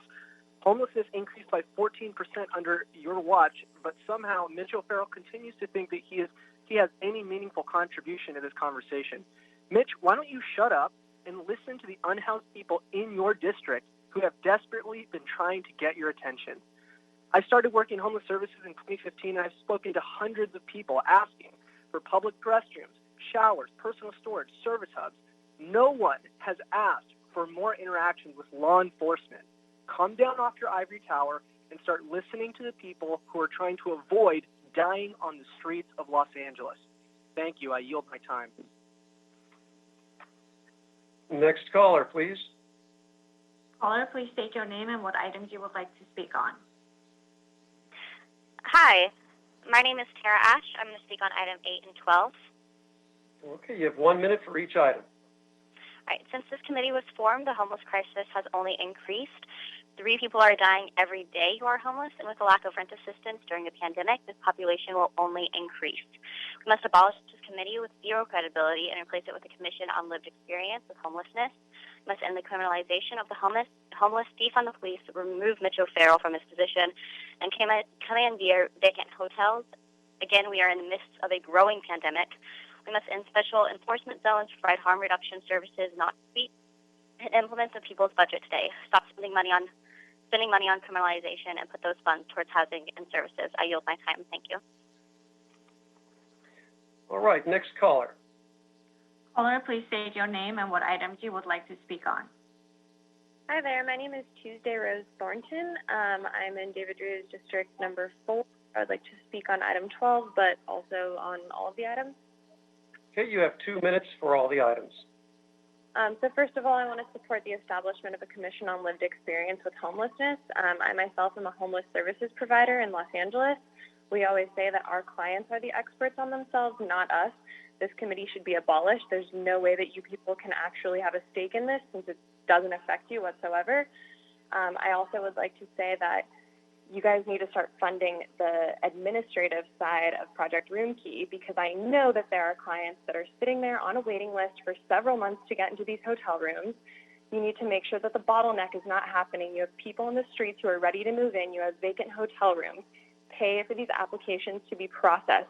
A bottleneck in any other situation is unacceptable, but in the middle of a pandemic, it is absolutely criminal. I yield my time. All right, next caller, please. Caller, please state your name and what items you would like to speak on. Hello, can you hear me? We can hear you. Great. My name is Nick Sorelli. I'm a resident of District 13. I wanted to speak on item 12. All right, 1 minute. I want to say I support Mike Bonham's motion to establish a commission on lived experience with homelessness. I think that the current Homeless and Poverty Committee should be dissolved immediately and replaced with Bonham's motion. Mitch O'Farrell should immediately step down not only as the head of this committee, but also from his seat on City Council. It is clear that Mitch O'Farrell does not care about taking care of his most vulnerable constituents, and instead of finding immediate and obvious solutions to fight homelessness, like letting the unhoused stay in vacant hotel rooms and canceling rent for the constituents who can't afford to pay it during the COVID crisis, he would rather spend millions of dollars redesigning Hollywood Boulevard, which is just an absolutely disgusting pet project and completely shameful that he would make this his priority during this crisis. Mitch, no one gives a shit about you bringing Smashburger or whatever to Hollywood and Vine. We want you to house the homeless and protect renters. And the best and most immediate way to accomplish this is to defund the LAPD and reallocate those funds to serve your constituents, both housed and unhoused.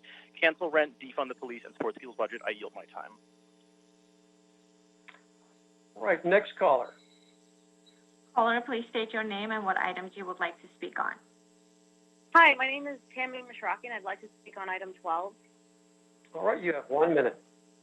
Okay. I live in District 13. The homelessness crisis, which disproportionately affects the Black community and people of color, has increased by 14% because this committee continues to criminalize homelessness instead of house them. I live right by Echo Park Lake, and all I see is LAPD harassing my unhoused neighbors. It is disgusting. This absolutely useless committee needs to be replaced with a committee on lived experience with homelessness instead of all of you that are literally only aiding the police. Remove Mitch O'Farrell. You continue to ignore the needs of the unhoused, end the criminalization of homelessness, implement the people's budget, and defund these fucking police. I yield my time. Next caller. Caller, please state your name and what items you would like to speak on.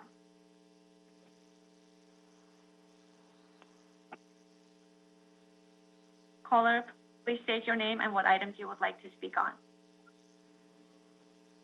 Hello? Hello, we can hear you. Hi, my name is Emily Saldick, and I'd like to speak on item 12. All right, you have 1 minute. I'm a first-time caller, and I'd like to express my support for this agenda item. You cannot claim to care about the homelessness crisis in this city without including the voices of unhoused residents with lived experience. You can't continue to simply throw money at this inhumane crisis without paying any attention to what our unhoused neighbors actually need from you. Your committee is currently criminalizing homelessness and continually kicking this problem further down the road instead of taking concrete steps to do something about it, such as canceling rent and commandeering vacant hotel rooms and apartments. My apartment building is sitting half empty while people are living on the streets outside with no access to basic human resources.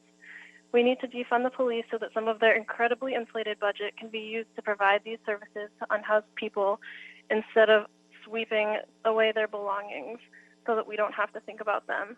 Mitch O'Farrell absolutely needs to be removed from office as he has contributed to the criminalization and neglect of unhoused people, and this committee should be disbanded. We need to center unhoused voices going forward in this struggle. Thank you very much. And we have our next caller. Make sure and press *9. Caller, please state your name and what items you would like to speak on. Hi, is this me? We can hear you. Hi, my name is Lindsay, and I'd like to speak on item 12. Okay, you have 1 minute. Thank you. So I fully support abolishing this committee and replacing it with a commission of people who have real lived experiences with homelessness. It seems to me that the unhoused are receiving more help from the people calling into this meeting than by the committee themselves. The homelessness crisis has gotten worse since this committee formed, and you guys should be fucking embarrassed that you're so obviously failing at your job. Criminalizing homelessness is absolutely vile. If you need funding to house our unhoused citizens, I recommend defunding the police. And David, I'm in your district. Thanks for finally giving a shit. Stop telling us you're doing your best in your ridiculous emails and actually show us. We'll be watching. Services, not sweeps. I yield my time. Fuck you. And next caller, please. Caller, please state your name and what items you would like to speak on. My name is Javier Beltran. I'm speaking on 8 and 12. Okay, you have 1 minute for each item. My name is Javier Beltran. I'm managing attorney for the Legal Aid Foundation of Los Angeles, and I do support the creation of the commission, but also more importantly, having some sort of authority in order to give greater transparency to this committee, and also actually give some decision-making authority in order to make decisions that are meaningful rather than just giving recommendations.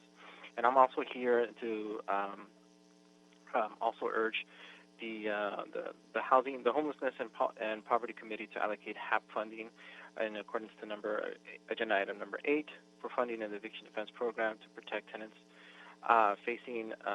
will protect tenants with eviction prevention services and no-cost legal representation when the emergency tenant protections are lifted and an avalanche of eviction notices begin. Once the emergency is lifted, property owners will be evicting tenants in mass, leading to thousands of unhoused people in Los Angeles who will resort to the streets. Our 2020 homeless count has increased by 14% in LA City, and we must prevent greater homelessness and also make it a priority to prevent homelessness. A patchwork of nonprofit legal service organizations have tried to hold a perpetual leaking dam of evictions from flooding the city with greater homelessness. We tried, and we're working, but just doing a patchwork of funding in order to provide these services. But once the eviction protections are lifted, these organizations will not withstand the inevitable floods of eviction filings, potentially having hundreds of thousands of homeless families and individuals throughout the city. So I'm asking the Commission to please allocate more than the $6 million that has been previously asked for eviction defense programs so that tenants will have a fair chance at legal representation and eviction prevention in the city and prevent greater homelessness. Thank you. Thank you for my time. Thank you. Next caller, please. Caller, please state your name and what items you would like to speak on. This is Jason Robinson with SHARE, and I'd like to speak on items 8 and 12. All right, you have 1 minute for each. I'd like to advocate for the use of Hap funding and expedite that funding for Councilmember Bonin's motion to use shared housing. In LASA's most recent homelessness count and report, 39% of people self-reported that weakened social networks were the main driver into homelessness. Shared recovery housing, which shared collaborative housing is a model of, strengthen social supports and connect people into an increased income. In addition, there is available housing stock in Los Angeles. There are tens of thousands of single-family homes on the rental market ready to scale and bring online. In terms of item 12, I support and SHARE supports the Committee of People with Lived Experience. In that committee, I would urge the council and the process to include peer-run organizations that are comprised of people with lived experience who have expertise in elevating and supporting voices. Too often, committees with people of lived experience are marginalized when they're done from a top-down perspective, and I'll yield my time. Thank you. Next caller, please. Caller, please state your name and what items you would like to speak on. Hi, my name is Courtney Davison, and I'd like to speak on item 12. All right, you have 1 minute. All right, thank you. I live in Council District 14, which is the district of the disgraced council member Jose Huizar.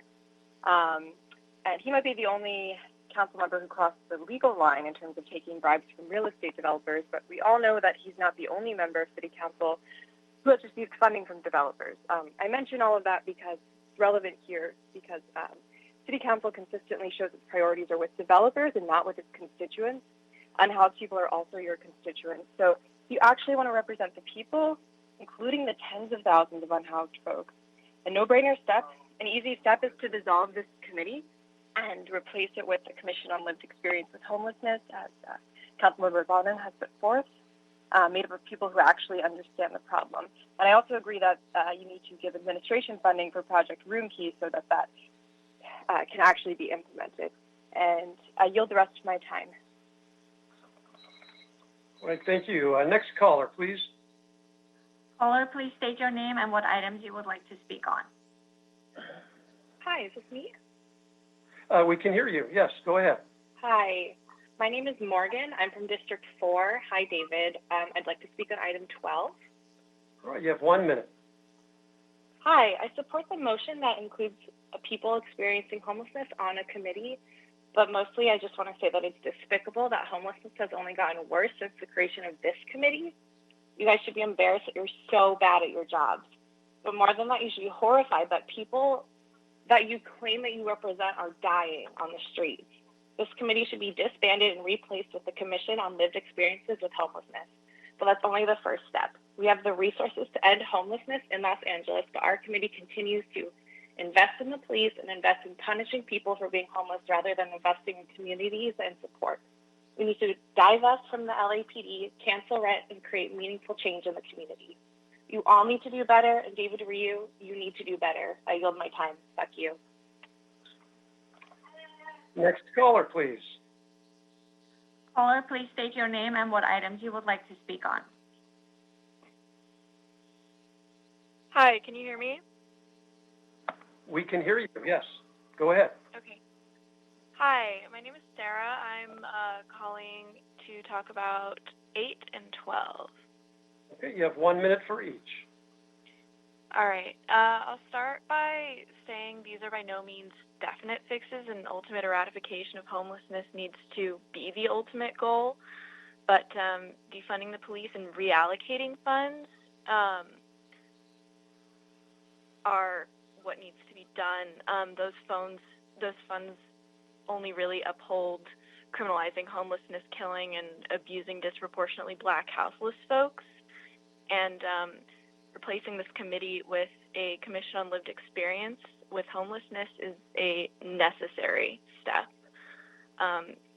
Canceled rent education, food security, drug harm reduction are among the many things that need to be made available in order to do that.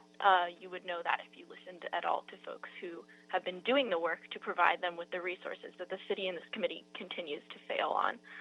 Also, filling vacant hotel rooms to help homeless people in LA. Not filling them is a blatant act of violence and echoes much of this committee's history, having resources right in front of you and the means to use them, but not giving the word or putting in the work to do so. You have this opportunity right in front of you, a temporary notion that pales in comparison to the necessary ongoing systemic work, and aren't taking it. You're incompetent. I yield my time. Meeting. Next caller, please. We have 2 more calls that we can take before we close the public. Caller, please state your name and what items you would like to speak on. Hi, can you hear me? We can hear you. Go right ahead. My name is Sophie. I would like to speak on item 12. Okay, you have 1 minute, Sophie. I live in District 5, and I just want to echo my fellow supporters and support this motion to create a committee of people with lived experiences with homelessness. Trying to create legislation or budgets without truly understanding or empathizing the real struggles of this community is no different than a panel of entirely white men creating legislation that governs women's bodies or their right to choose.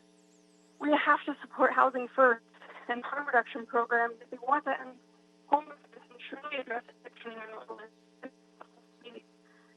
We suffer from one of the worst homelessness crises in the country, and now that COVID-19 has hit it, we are failing our houseless community members even more gravely. We must fill these vacant hotel rooms in the interim between defunding the police in exchange for building housing for these individuals to protect them from a global pandemic.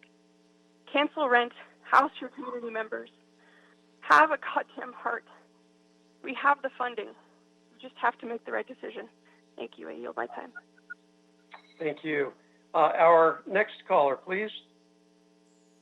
Caller, please state your name and what items you would like to speak on. Yes, my name is Adam. I live in District 10, and I'd like to speak on item 12. All right, you have 1 minute, Adam.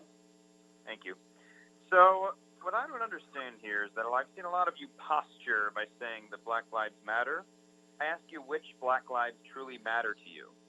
34% of LA's residents, unhoused residents, I should say, are Black themselves, and at least 3 die a day on average. If you want to right this wrong and if you want to live by those words that you're just spewing for the trend, then you will abolish this committee, establish a new one, quit your jobs, I yield my time, and do right. Thank you. And that concludes our public comment for today's special committee hearing. And I hope that folks who called in and offered public comment will listen to the rest of the proceedings today, because I think it will be helpful to have a greater understanding of the issues that you care about most and our approach and updates and plans to address a lot of the concerns that were brought up today with the motions and some of the comments.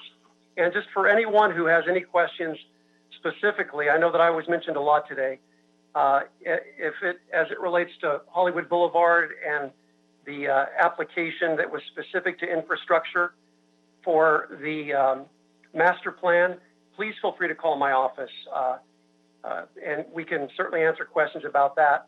That is not anything that is taking away from funding healthcare or funding housing or homelessness in any way, shape, or form. It was specific to an infrastructure line item in the CARES Act. It would require an act of Congress to change that. So we can clarify that for you.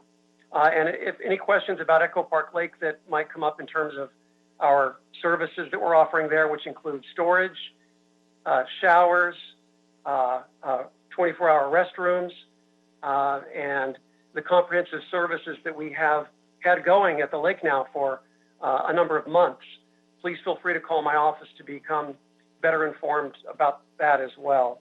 And then in terms of Project Room Key, we would love to get more hotel rooms, but all of those negotiations were done not through the city of Los Angeles, but through LASA and the county.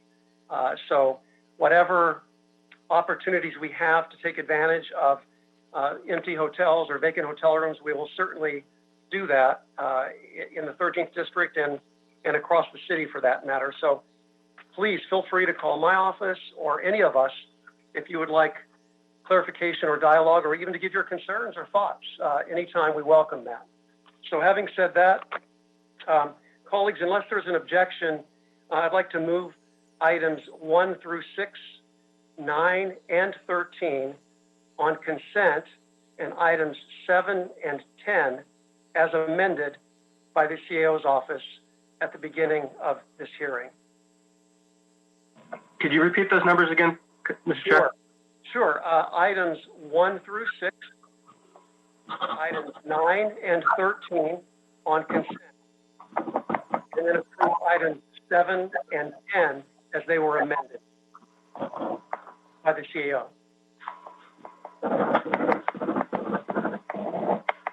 Mr. Chair, would you like me to call the roll for the vote? I would, barring any questions or clarification that anyone on the committee needs. Are we good? Okay, Mr. Villanueva, please. This is for the consent items, items 1 through 6, 9, and 13. Councilmember Mitchell Farrell. Aye. Councilmember Monica Rodriguez. Aye. Councilmember Mike Bonin. Bonin, aye. Councilmember Marquis Harris Dawson. Harris Dawson, yes. Councilmember David Drew. Aye. Mr. Chair, it's approved on consent. Items 1 through 6, 9, and 13. And now for items that were approved as amended. For item 7, Councilmember Mitchell Farrell. Aye. Councilmember Monica Rodriguez. Aye. Councilmember Mike Bonin. Bonin, aye. Councilmember Marquis Harris Dawson. Yes. Councilmember David Drew. Yes. Mr. Chair, item number 7 is approved as amended. For item 10, Councilmember Mitchell Farrell. Aye. Councilmember Monica Rodriguez. Aye. Councilmember Mike Bonin. Bonin, aye. Councilmember Marquis Harris Dawson. Yes. Councilmember David Rue. David Rue, yes. So, Mr. Chair, item 10 is approved as amended. We still have item number 8, Mr. Chair. I don't know if you want to call the roll for that. No, we're going to hear item 8. Okay, got it, sir. Thank you, Mr. Villanueva. But let's, colleagues, I'd like to go to item 12 next. We're going to go a little out of order. We'll do item 12 first. Mr. Reif, if you could read the item. Yes, sir. Item number 12, motion Bonin, Harris, Dawson, relative to the establishment of a commission on lived experience with homelessness. All right. I want to thank Mr. Bonin for putting this initiative forward. It's a motion before us for approval, so we will be getting a report back with the details. And I just have a few quick questions before I turn it over to Mr. Bonin for this initiative. What I'd like to know for starters is what type of funding would be needed for the creation of this commission.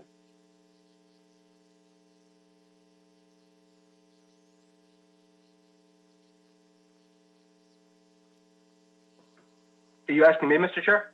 Actually, I think I'm asking the CAO this question. Mr. Bunn, I'm sure you have some ideas, and we'll hear from what those are, but I'd like to see what the department thinks about funding allocation might be associated with the creation of this commission. Good morning, this is Yolanda Chavez. I guess I would say it really would depend on the type of support and structure of the commission. So it may be best for the CLA to come forward with their recommendations on how it would be structured, the type of support the commission would need, and then we can give you a cost estimate. Okay, and options, right? So right. The structure of a typical city commission, although this is anything but typical, but the structure and then funding options and or any costs associated with a new official city commission. And I don't know if you can answer this. Historically, which departments have commissions fallen under, and maybe this could be in report as well, what staffing needs might there be in association with a new commission, with this commission specifically? So historically, commissions would need a commission executive assistant who, drafts the agenda, ensures all the members are able to attend, drafts minutes, et cetera. And then, of course, commissions are also staffed by a city attorney. And in terms of departments, given that it would be a homelessness commission, I mean, I'm not sure if the appropriate department is HCID, but it seems that would be the appropriate place for this type of commission, but I'm sure there are other options. Thank you. Thank you. I'd like to turn this over to Mr. Bonnet. Thank you, Mr. Chair, and thank you to the CAO for the answers. And thanks everybody who spoke up today and testified on this.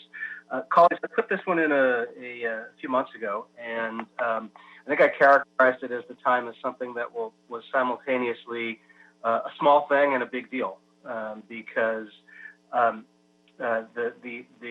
objective of this commission is for us to get a more regular and a more genuine, sort of baked into the process, perspective of people who have lived experience being homeless. I'm not looking in this to hear, particularly from people who were homeless 15 or 20 years ago. We're looking to hear from people who are currently homeless or who have been homeless in the last couple of years and understand the current dynamics of what it is like living on the street and what our current efforts are like. I envision this as something that will help us both with program and with policies. Homeless services, delivering homeless services, getting somebody from the street through a complex continuum of care into long-term or permanent housing is a major service that we spend hundreds of millions of dollars on.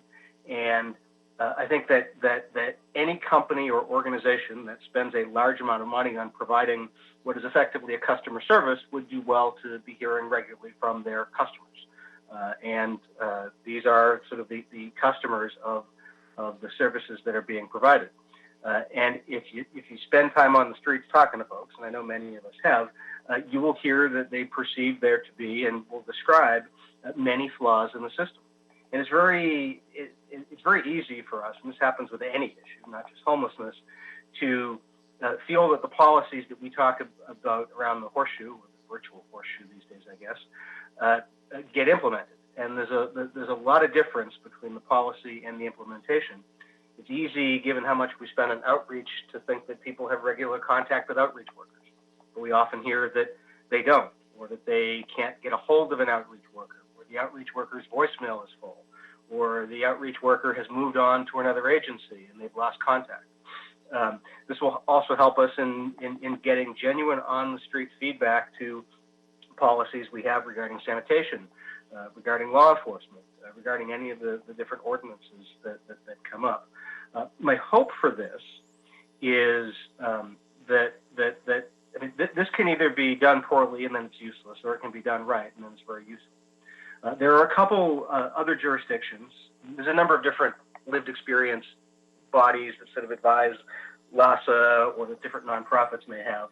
But this is sort of a higher level thing. And they have done similar lived experience advisory commissions in Austin, Texas, and in Vancouver, which the motion particularly asks the CLA to look into. And when they are done right, they are representative of the population. So the population of this commission would be disproportionately African American compared to the population in Los Angeles, because that's what the population of homelessness is in Los Angeles. It would have a certain representation of youth, because we have a big problem with youth homelessness in Los Angeles. But done well, when you consider who you're asking to serve, people are actually paid for their service. They get training and they get a stipend and they get technology or an iPad. We'll find out what the different options are and what the different funding needs will be. Although I will note that Liberty Hill Foundation has reached out to us repeatedly to express their interest in providing training and in helping with some of the stipends. They do a training program for potential commission candidates currently, and they are eager, very eager to help with this. So there's clearly going to be a lot of different models that we can choose from. I am particularly warm to the idea of a ground-up model and ask that we talk with people who are serving on similar lived experience advisory committees to get input on how to structure this for maximum benefit. So very eager to see this move, and I think it will be beneficial not just to us in policymaking and not just to our departments and agencies in implementing programs, but it will be beneficial to people who are living on the streets, because they will be empowered to help us craft policies that are actually more effective and successful than the ones we currently.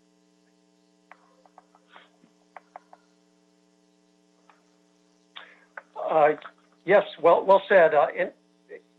Anyone care to comment to Mr. Bonin's remarks?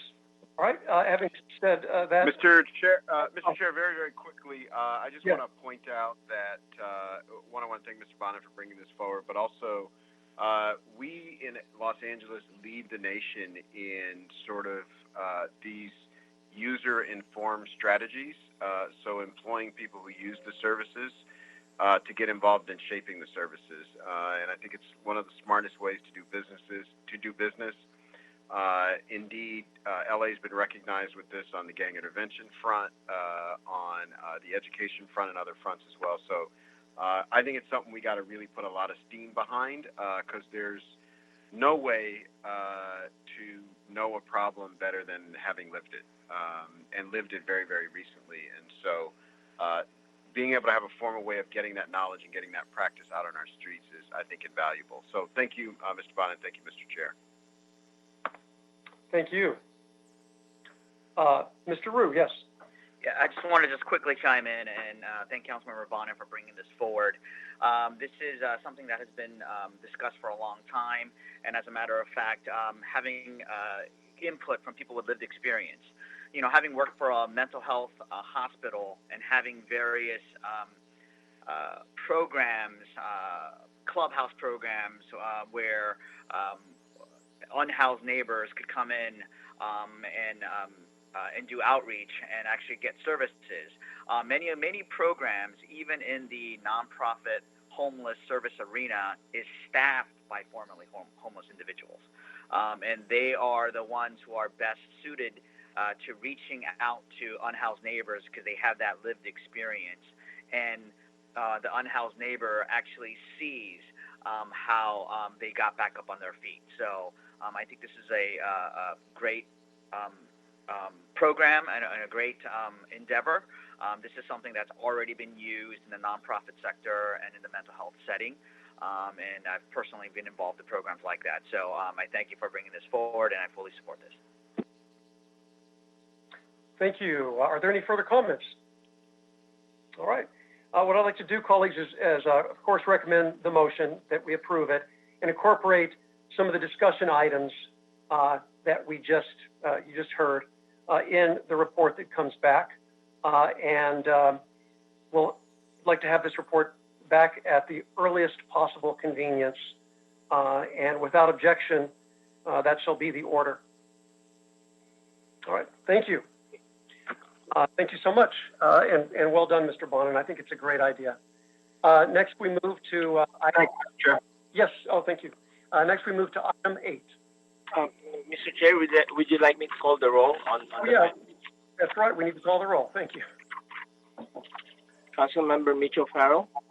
Aye. Councilmember Monica Rodriguez. Aye. Councilmember Mike Bonin. Bonin, aye. Councilmember Marquis Harris Dawson. Yes. Councilmember David Drew. Yes. It's approved, sir.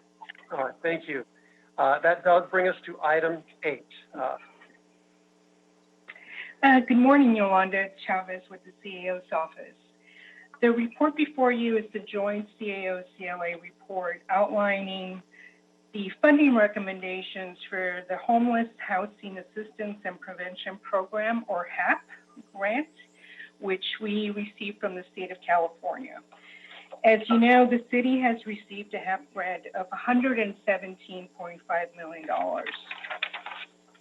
Given the COVID crisis and its continuing impact, as well as the COVID funding that the city has received, we felt it was prudent at this point to only make funding recommendations in this report for those programs that needed funding starting this fiscal year or 2021, and also for those that were urgent, such as the bridge home sites, which needed the funding to complete construction and be able to open to provide more interim beds for our homeless population.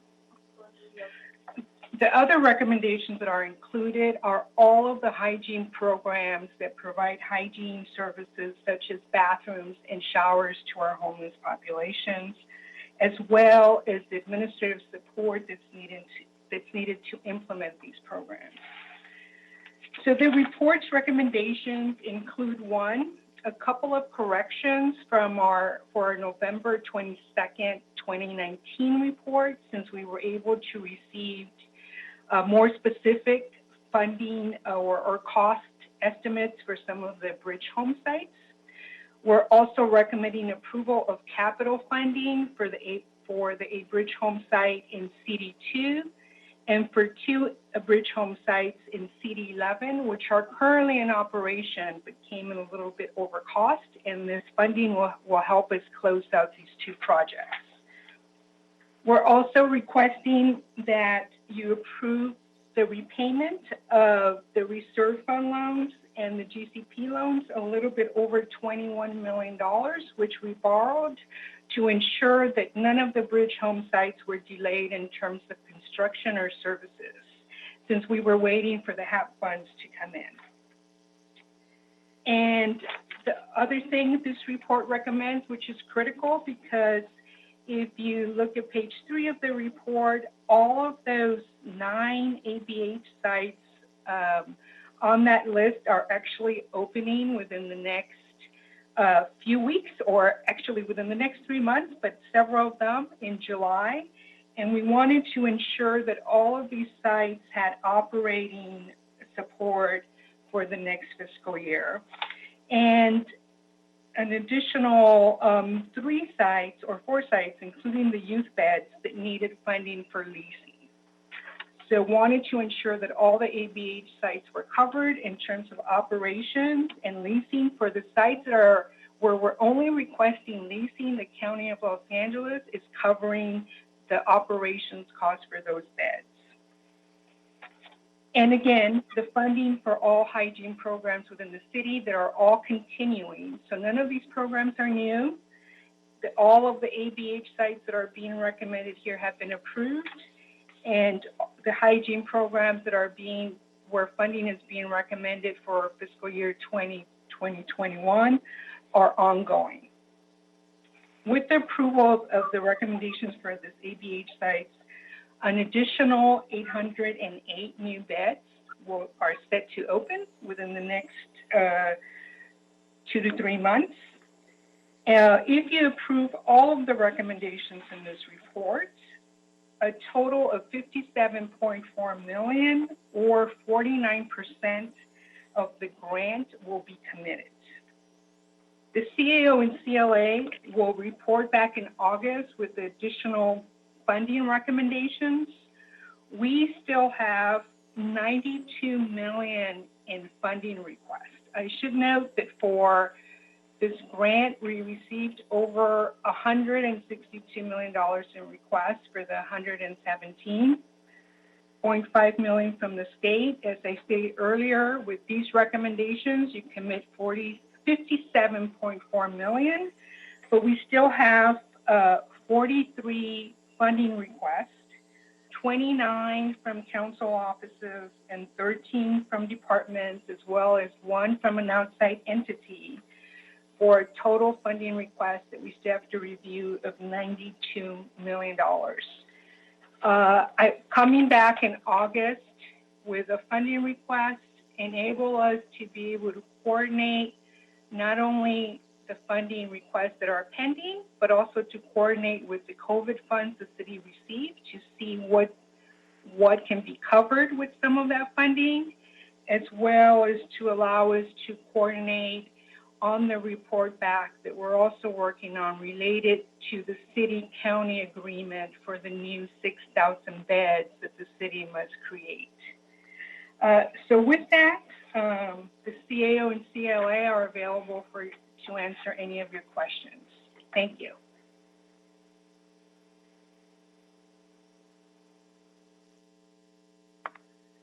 Thank you, Ms. Chavez. Thank you so much. Colleagues, before I start with my questions, a few remarks, and Yolanda really alluded to this in some of her comments as well. Since the city first considered our $117.5 million grant application of the state's Hap program, as we all know, the world has completely changed. COVID-19 has put thousands of Angelenos out of work, crippled our city budget. We boomeranged into a recession that we're trying to recover from. The very first wave of COVID is flaring up again, stronger than ever.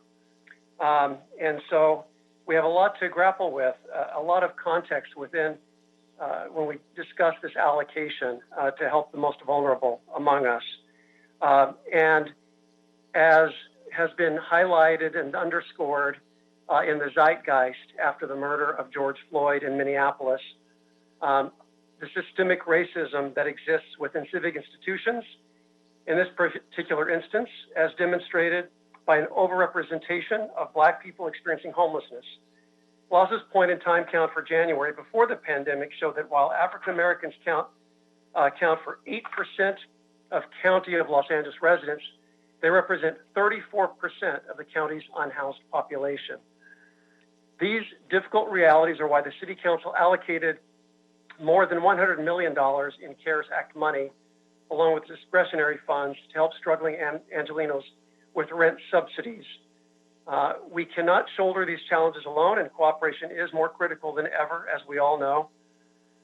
We intend to work more closely with our partners at the county and the state to leverage each dollar effectively.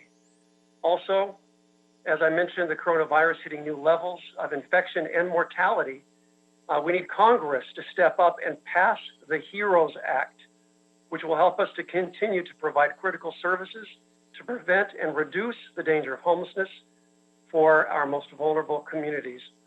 So as we consider the HAP allocations outlined in today's report, we will keep these objectives in mind.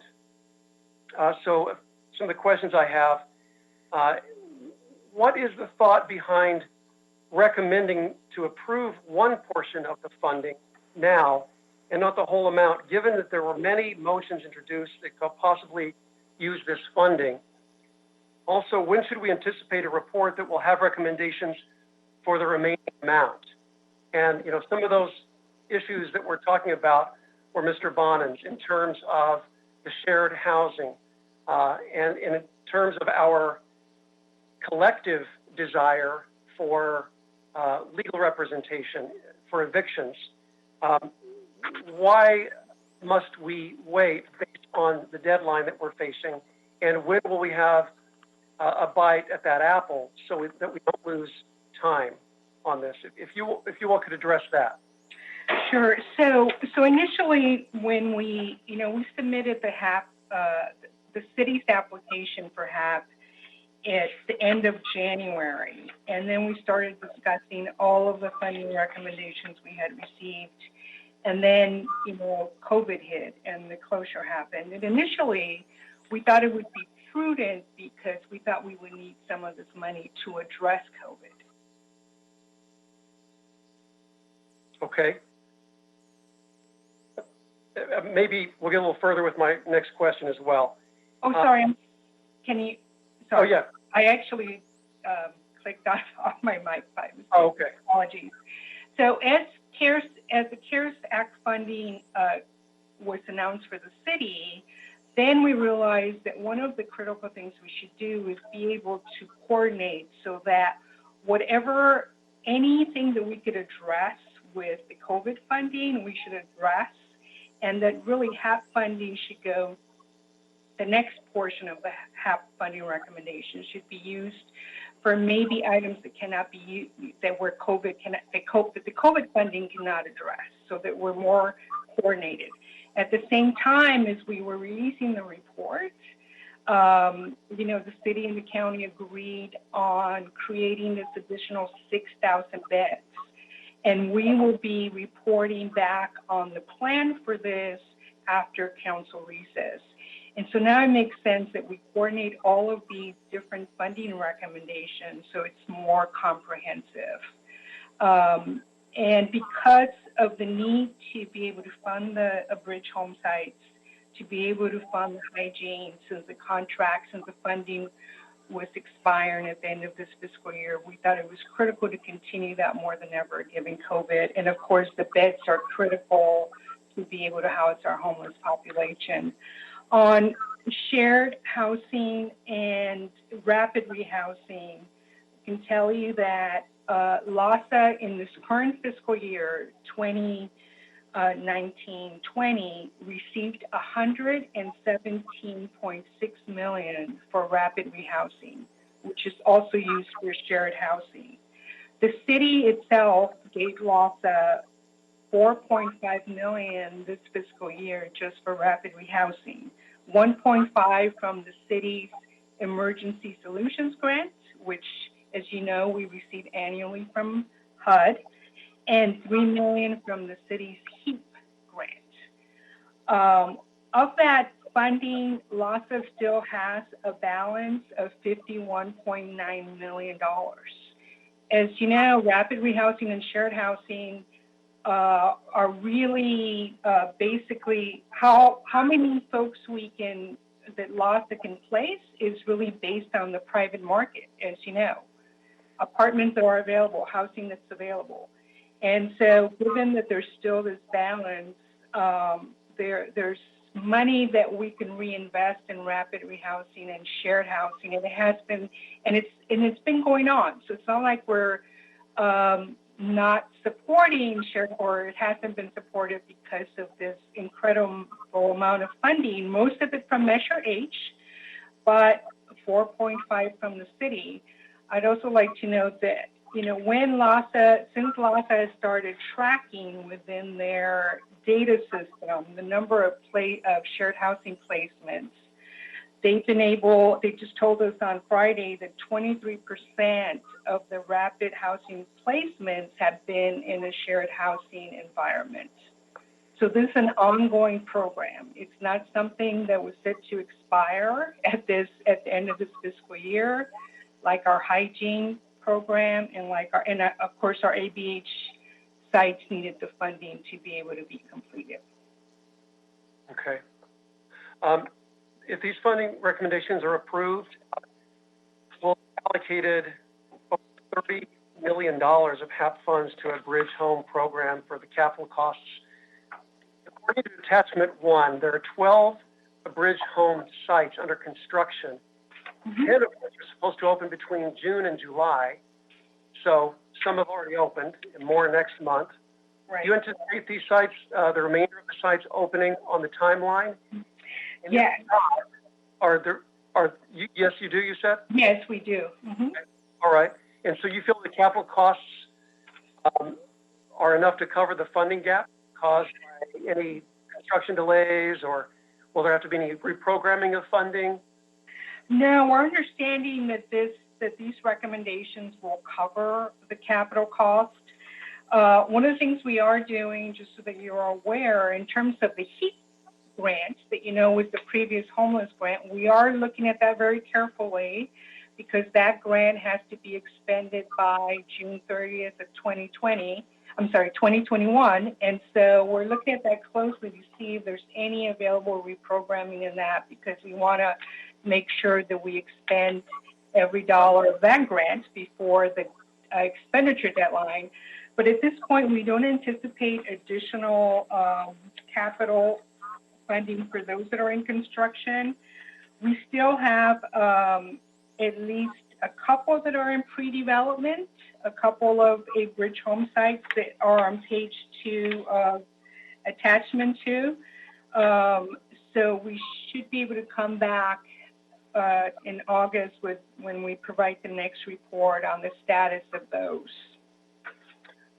Yolanda, this is something else just kind of to throw into the mix, but LASA's proposal of moving 15,000 unhoused residents into temporary and permanent housing, and their proposal, LASA reference city and county HAP funds that can be utilized. Is the city's HAP portion part of this conversation?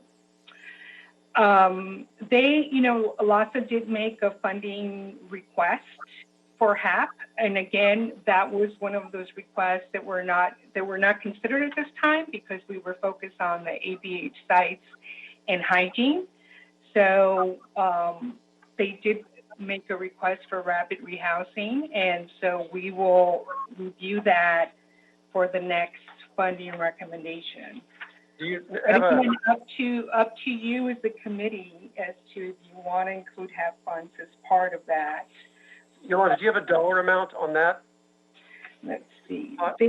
And this was, and please remember that these funding requests were made prior to COVID. But yes, their funding recommendation was a total of about $12 million for rapid housing. Okay. Or their funding request for HAP grant, for HAP dollars. Okay. And in your report, you've received additional funding requests via various council motions and city departments totaling $162 million, 40 million more than what's been awarded to the city by the state. How will the prioritization of these council motions and departmental requests, all made before the public health emergency crises order, how will all of that be impacted by COVID? Well, So I think we will look at the COVID resources the city has received to see what portions of those requests may be funded by COVID as a response, and prioritize that way. I think one of the key things is we want to review all of the remaining council members' requests first, and then go through the department's request as and see if there's anything that is a response to COVID that could be funded with COVID funding, including CDBG COVID, ESG COVID, or the Coronavirus Relief Fund. Okay. Also in this report, you mentioned, or it's mentioned, that operating costs for Bridge Home may increase to more than $26 million in fiscal year that we're heading into next week, without further funding from the county or state. So under our recent settlement agreement to house 6,000 Angelenos, can LA County's funding be utilized to cover these projected additional costs for the next fiscal year? Has all that been factored in as well? So the agreement between the city and the county for the new 6,000 beds does not include the sites that are included in this report for operations, for example. Mm-hmm. They felt that anything that was in progress now and that we had accounted for through the ABH program should not be considered new.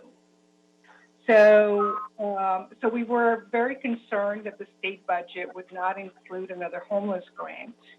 Our understanding is in the current state budget, pending the governor's signature, that there is some money, homeless grant funding for large cities, although it's not as much as was received with Hap. I think the estimate we're looking at, if the governor approves the budget, is that maybe the city will receive a homeless grant of between 50 and 55 million. So very different from 117. And so our concern was that if we did not receive a homeless grant in the next fiscal year, that our liability for fiscal year 2022 would be about 26 million for the current ABH beds, and an additional 7 to 8 for the citywide hygiene program, or 33 million. Okay. So I think the big takeaway here is that we have this big recipe that existed before COVID hit. Now there are more ingredients into the mix, more complexities, and then also funding opportunities, quite frankly, because everything has changed since the last time we had this conversation. And of course, there's a sense of urgency for everything. So my last question before I open it up is, what will happen to the beds, the shelters, if the city does not approve the funding, the HAP funding for services this week? If the city council does not approve this, what happens starting next week? So if we do not approve the operating costs, I think as you may recall, we actually reprogrammed some HEAP dollars just to be able to give the Bridge home sites that were opening in July and August at least a first month of operating costs, and to be able to allow them to buy their furniture and equipment and fixtures, right? FF&E as we call it. And so, but after that, they are not funded. So if we did not approve the operating costs for all the ABH sites in this report, those that are open or set to open would have to close in August. Okay, and I go back and do a whole new round of questioning. I want to open this up, but you mentioned that there is still some HEAP funding that expires about a year from now. that has to be spent. Do you not have that exact figure? And has that money not been, clearly hasn't been allocated? So what would that factor into keeping the newly opened bridge home sites? Oh, all of the HEAP dollars have been allocated, but what we're tracking very closely is where there hasn't been movement on expenditures. Got it. So we're going to be tracking that monthly so that if there are funds that we could reprogram, we could use that funding first. Okay, so we can keep them in the funding of the services pot. Yes, in the services pot or any other, or wherever else we have a gap, but be able to use that money first and ensure that we do not lose a dollar of that HEAP funding come June 30th, 2021. Okay. 21. At the end of next year. Okay, thank you. Colleagues, questions? Mr. Roop. Thank you, Mr. O'Farrell, and you did a very thorough line of questioning. I just wanted to follow up on one of the questions that you did have, where we talked about the different types of funding streams that you're looking into besides COVID-related funds. What are they, or is it only the COVID-related funds? So we received ESG COVID, which is Emergency Solutions Grant that is for homelessness. We also received CDBG COVID, and so we are in conversations with committee led by the CLA and HCID on what is the best use for those funds. As you know, to use COVID, it really has to be connected to a COVID response. But there are many programs that we can look at, especially things like rental assistance, microloan programs, et cetera, that are definitely a COVID response. And so given these sources along with HAP, and then of course, there's also the Coronavirus Relief Fund, and I think you may have seen the motion that was introduced last week where we requested a reservation of $100 million to start working on the 6,000 new beds, or the agreement between the city and county. So all of these reports are due back to you in terms of the funding or the initial plan for the 6,000 beds, the additional funding on HAP when you get back from recess. And so it's important that we're able to coordinate and really give you a comprehensive, it would be more of a comprehensive look, and it will be a lot more efficient in terms of the city using the best, basically the best source for the best use of funds, right? And we want to ensure we're doing that. I do want to remind you that HAP is actually supposed to be a 5-year grant.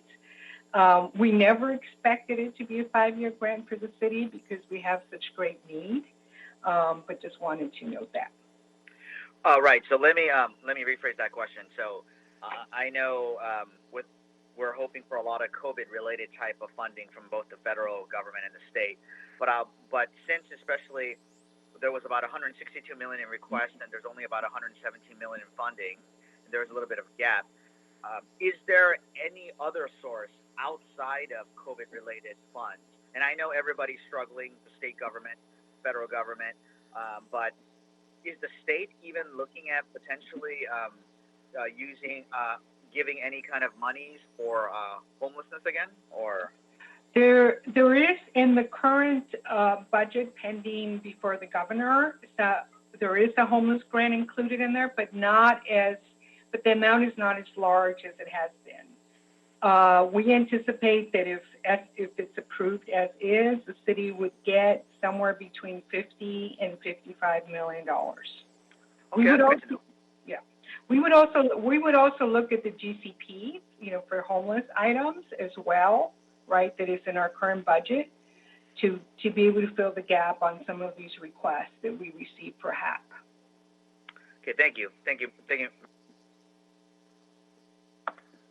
Mr. Bonnet, do I see your hand? Yes, you did. Thank you. Good eyes. Thank you, Chairman. I just got to say, while I understand the logic and the rationale for not appropriating all of it. I got to say I disagree with that decision. I think it's for me it's both frustrating and disappointing. You know, all of the programs that we're talking about are urgent, all of them, I know we have this 6,000 bed commitment coming, but I am assuming that we are going to be putting people into the same continuum, the same menu of resources that we have. Hopefully some of them will be more muscular and bigger than we currently are, and I was hoping these could be funds for it. But I don't think it makes sense to be waiting. Basically, we're waiting until, you know, September to use money that could be helping somebody tomorrow, and that doesn't work for me. I was struck by the comment, and thank you, Mr. O'Farrell, for asking questions about the shared housing and the rapid rehousing.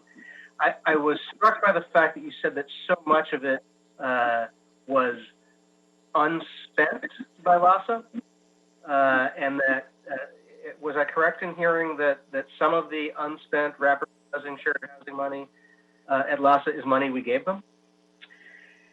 That's correct. Okay. So part of my problem is that we don't fund rapid rehousing or shared housing, and part of my problem is that the system just doesn't care to utilize that properly, and that's just not where the focus is. And part of it is we have a system that we've discussed this in committee before, a system that is designed to not avail itself well of either of those services, because our CES system prioritizes those with highest acuity for whom may not be the best intervention. We either misassign those resources or we don't use those resources because we're not moving people into the system. Mr. Price and I each have, in what you will be considering in August, separate motions for targeted specific shared housing programs in our district. It sounds like in addition to consideration for the HAP funds, we may be able to use some of the savings at LASA. If they're not spending the money we have, then we should be able to take it back and use it, shouldn't we? Well, yes. I definitely think we could have LASA reprioritize the savings or the unspent funds to the specific targets that we designate. But, you know, I did want to note that when it comes to rapid rehousing and shared housing, LASA is not prioritizing those with the highest acuity. It's really based on those that can get into a rapid rehousing situation. And as you probably know, Mr. Bonin, rapid rehousing is one of the strategies that the county values and thinks it's extremely critical to the solution of homelessness. So much so that in this fiscal year, LASA got $92 million for rapid rehousing just from Measure H. So I hear what you're saying, but this is sort of goes back to what I was saying earlier on the discussion about the commission and lived experience. You go out in the streets and you go out to an encampment and you talk to people and you ask how many of them, just ask for a show of hands, how many of you have been offered shared housing or rapid rehousing? You're not going to see a lot of hands. It's just not something that is routinely on the menu, and people aren't being offered the service, and that's just the reality out there. But what I'm asking though is, you know, we have had targeted specific programs, money for hygiene services, targeted specific programs where a council member will say, you know, we want to be doing a shower here or safe parking here. Mr. Price and I both have motions in. We may want to reprogram some of that rapid rehousing money that LASA is not spending for a targeted program that will help design for rapid rehousing or shared housing in our district. So how do I get that to be accomplished? You can direct us to assess the city funding that LASA received this fiscal year for rapid rehousing, and to prioritize that for specific city use. And then we can come back to you with a report on how that can be done. And, I mean, Mr. Price and I have had these motions in for specific programs for a long time, and every time we get to the discussion, it's, yeah, LASA has money for shared housing. Our motions have been a lot more specific than that, so I'd like them address that one.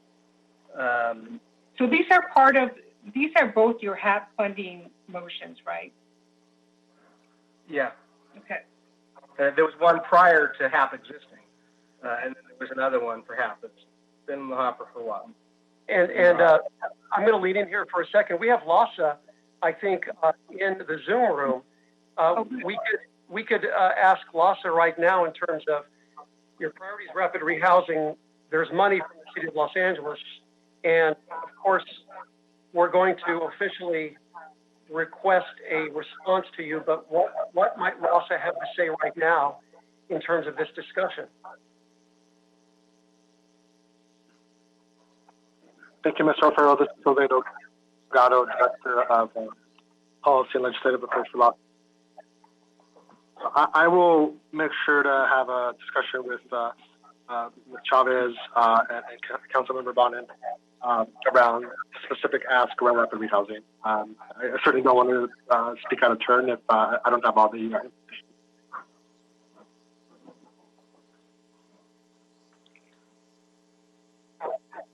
Yeah, thank you.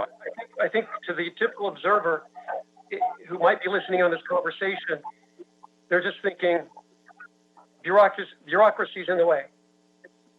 And so I would hope that, especially since the city is funding for this purpose, and to a degree, the shared housing is already something that LASA is implementing, but clearly what we're asking is,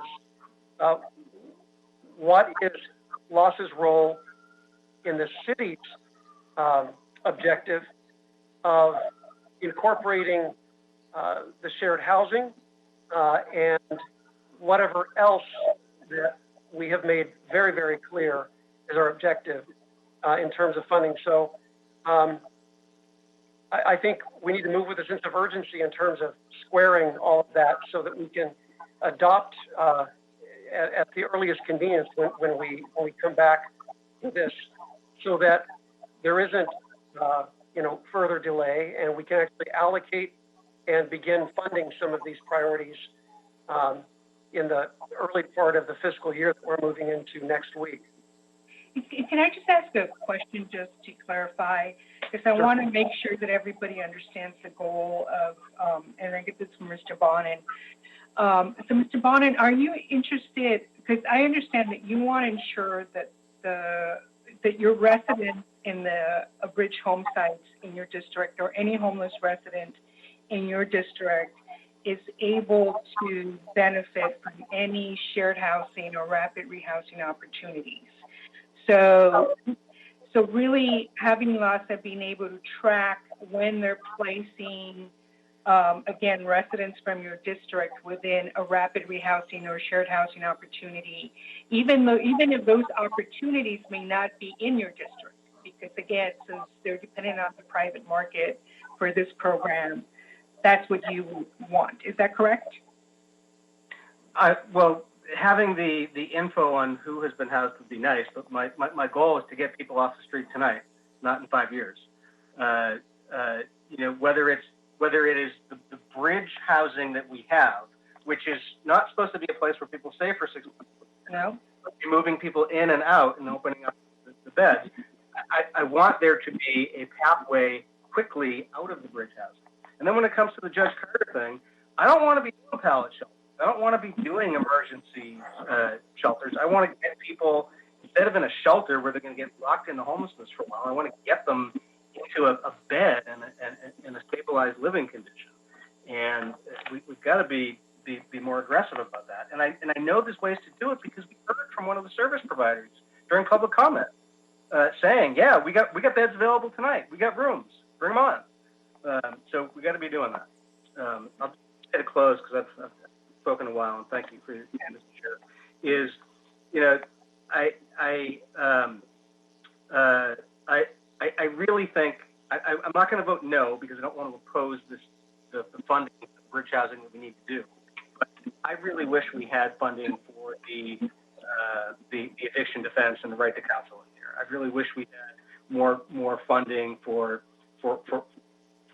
in here because we've got this system that just sort of manufactures homelessness, and we can prevent people if we start that. So I'll talk about budget and finance this afternoon as well, but this is an opportunity to do the eviction defense that we are not seizing. Thanks. Mr. Rue. Thank you, Mr. Chair. And, I just want to echo Councilmember Bonin's statements as well as yours, Mr. Chair.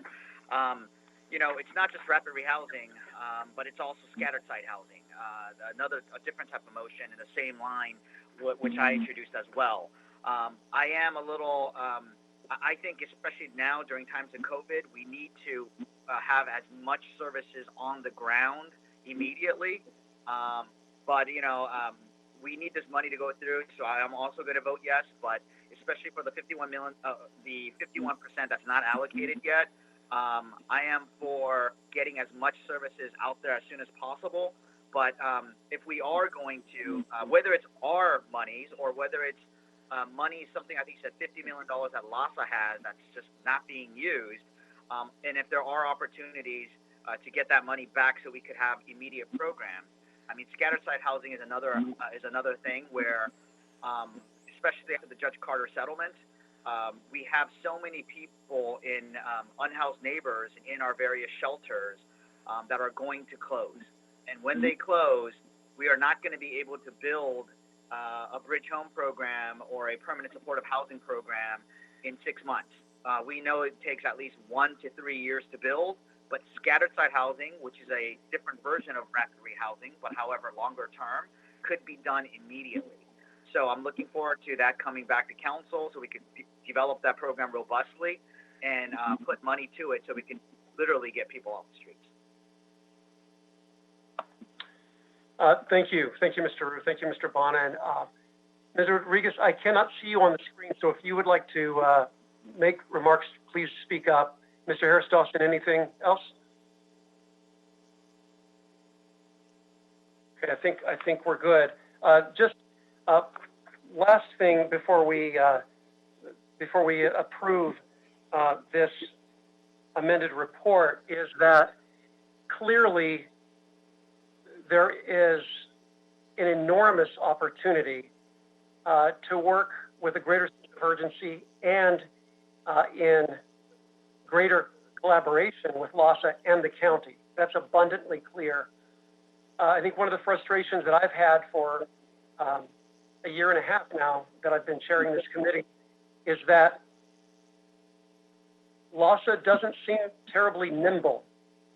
And so what I would love is Mr. Delgado, when you report back with the CAO's office, talk about your ground approach, your on-the-ground approach in terms of, do you have enough outreach workers? Are you hitting these entrenched encampments frequently so that people have been outreached to and have been offered a bed that night as they exist? It's maddening for us to hear that there are beds right now, and we go out and we see that the same person who's asked for a bed previously is still there. We know there is a bed, if not several beds available. There's some sort of disconnect in the process in terms of actually rapidly getting someone under a roof when there is an availability. I know it's complex, it's not simple, it's far from it, but it seems like there is a big gap in the structure of just directly getting someone the assistance they need in real time. So I would love to hear a report back on that. And we know that Los has had a disadvantage of sorts with a robust level of funding over the last couple of years. And there's been an incredible staffing up. So I would love to hear about staff retention, training, and how all of that is functioning. Because we need people up and running and trained and out there on the ground. And even during COVID, I just didn't see much of that. When I would visit the Rec and Parks shelters, I just didn't see a whole lot out in the field when I would talk to folks. So, I mean, I know you've been given a whole lot to do, especially with COVID, and, you know, things got a lot more complicated, but we need to move on from here and just get people the services and the housing they need and let nothing else get in the way, especially since we do have resources and funding as never before. Let's not forget that. This is a wonderful problem to have, but it could also be our greatest weakness if we don't figure it out. Thank you. Anyone else to comment? All right, I think we're good. So, colleagues, I'd like to approve the joint CLA and CAO reports as amended. And Mr. Villanueva, if you'd please call the roll. Certainly, Mr. Chair. Councilmember Mitchell Farrell. Aye. Councilmember Monica Rodriguez. Okay. Councilmember Mike Bonin. Bonin, aye. Councilmember Marquis Harris Dawson. Yes. Councilmember David Wu. Aye. Mr. Chair, the item is approved as amended. Thank you so much. Next, we'll move to item 11, which is a verbal report. Ms. Barif, if you could please read the item. Item number 11, Housing, Community, and Investment Department to provide verbal report relative to the progress of the strategic plan and work activities from the Poverty Prevention Summit. This item is scheduled pursuant to council action of March 17th, 2020. Thank you. Colleagues, as you know, with the advent of COVID-19, we were catapulted into completely unprecedented times in our lifetimes, massive unemployment, where entrenched pockets of poverty, social unrest, protests for racial justice, and more have been the topics of the day. In September of last year, my office, along with Housing Community Investment Department, Los Angeles, we partnered to host the first summit, city summit on poverty prevention to identify innovative solutions to alleviate poverty. Data from the summit suggests systemic racism is one of the causes of poverty in Los Angeles. Information in this report is more important than ever as COVID-19 has laid bare those social and racial inequities. Discrimination, housing costs, mass incarceration were among some of the systemic barriers mentioned by participants in that day-long summit last September.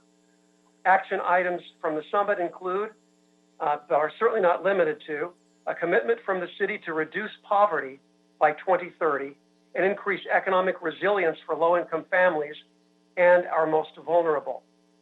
Align current citywide poverty reduction efforts and develop a 5-year strategic plan to include cross-sector partners. I want to thank you, all the members of this committee that already approved a number of the recommendations from the summit. We heard the first recommendations back in February, and then they were approved at the last city council meeting that we met in person in March before the emergency orders.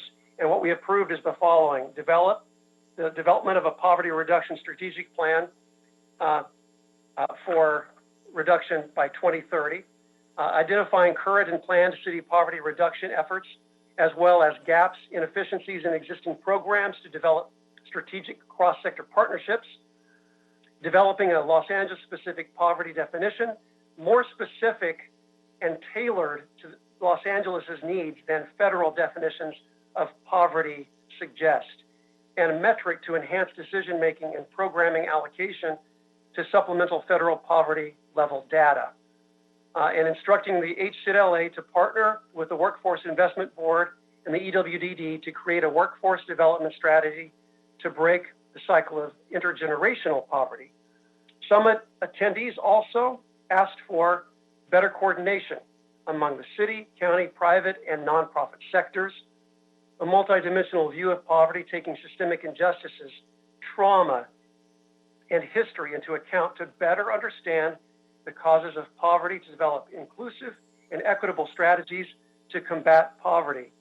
Include groups that are disproportionately experience poverty in Los Angeles in the development, design, decision-making, and implementation stages of poverty reduction. Culturally and linguistically relevant services and outreach and peer mentoring, as well as more open lines of communication to become aware of resources, in essence, through local community leaders and participants.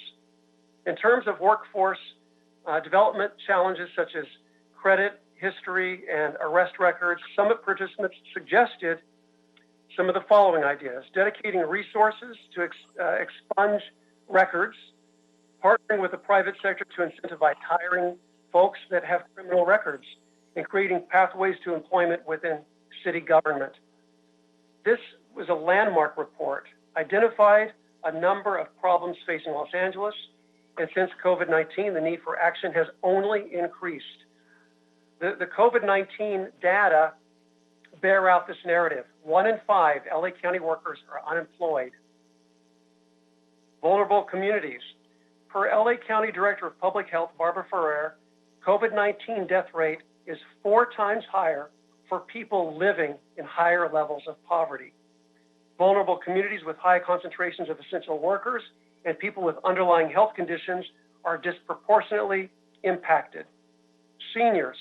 According to LAHSA 2020 homelessness count in LA County, there was a 20% increase in the rate of unhoused seniors. Seniors face the highest risk of severe illness from COVID-19, even higher for the unhoused. 8 out of 10 COVID-19 deaths in the U.S. have been adults 65 and over.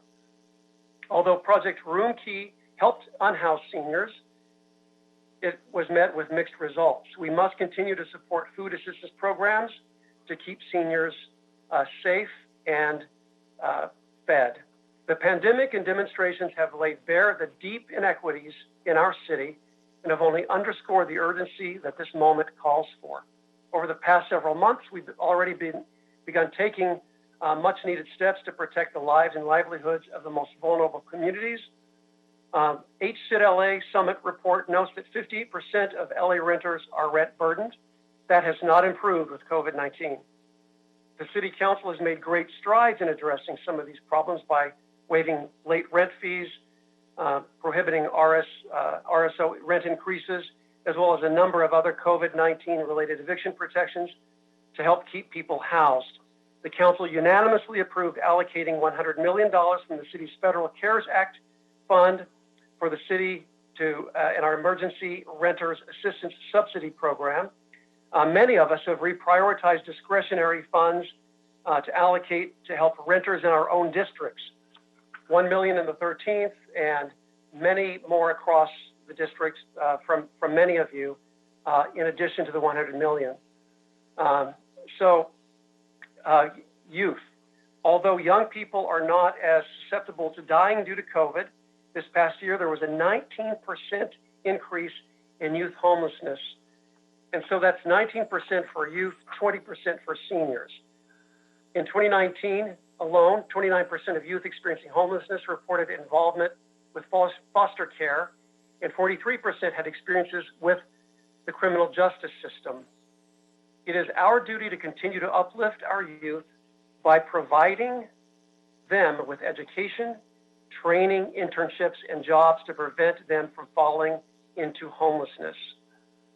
I'll be introducing a motion on this tomorrow and ask city departments to review all sources of funding currently available, including new or current federal and state resources, and report with a plan to greatly expand assistance to low-income youth and working-class families from traditionally disadvantaged communities, and to outline a plan to prioritize, brand, and coordinate internship programs and hiring initiatives toward Los Angeles youth throughout the city.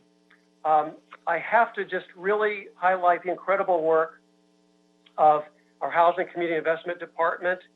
The day-long summit was basically emceed, if you will, by Jumana Shilian Saba, who has joined us today. And then Abigail Marquez is who we partnered with as the lead from HCID on this. And I also want to take a moment to thank you, Marquise Harris Dawson, and Monica Rodriguez for coming and participating in this summit and sharing your own experiences with the lived experience of as it relates to homelessness and poverty and the challenges in communities of color.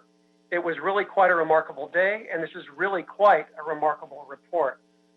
So with that, I would love to turn this over to Abigail Marquez and Jumana Shilian Saba. Thank you. Good afternoon, council members. I am joined also by other members of the HCID team. Veronica McDonald is also on the call. She is our Program Operations Director here at HCID, along with Charles Robbins, who is our research partner at Health Management Associates. We do have a PowerPoint presentation, so I am going to share my screen, so if you just bear with me for a second.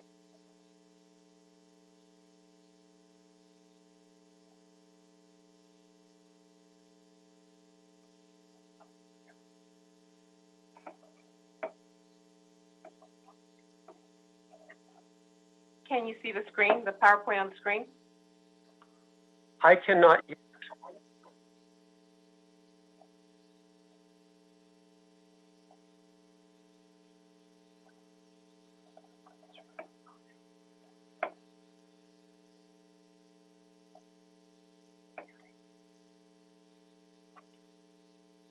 We can see it now. Okay, great. So let me just go up to the top of the screen.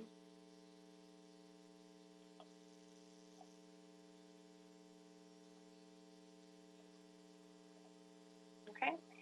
Thank you again, council member and council members of this committee, which we agree is more important today than ever before. And we appreciate that the attention is not just on homelessness. We agree that the homelessness challenges that we have in the city are overwhelming and need responses and coordinated efforts and funding support from the federal, state, and local level. And we appreciate the leadership of the council on addressing homelessness, but we also believe that we can implement a dual strategy to address the systemic challenges that communities have been plagued with for years and years, and begin to look at poverty alleviation strategies in a real comprehensive way.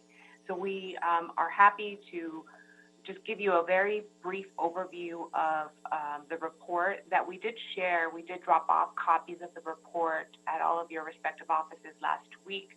Hopefully you've had an opportunity to review the report, and we consulted with a number of stakeholders, both from throughout the city. Appreciate the leadership of Councilmember Mitchell Farrell and his team, along with our partners at the CLA, for supporting and providing input and feedback to the recommendations of the report.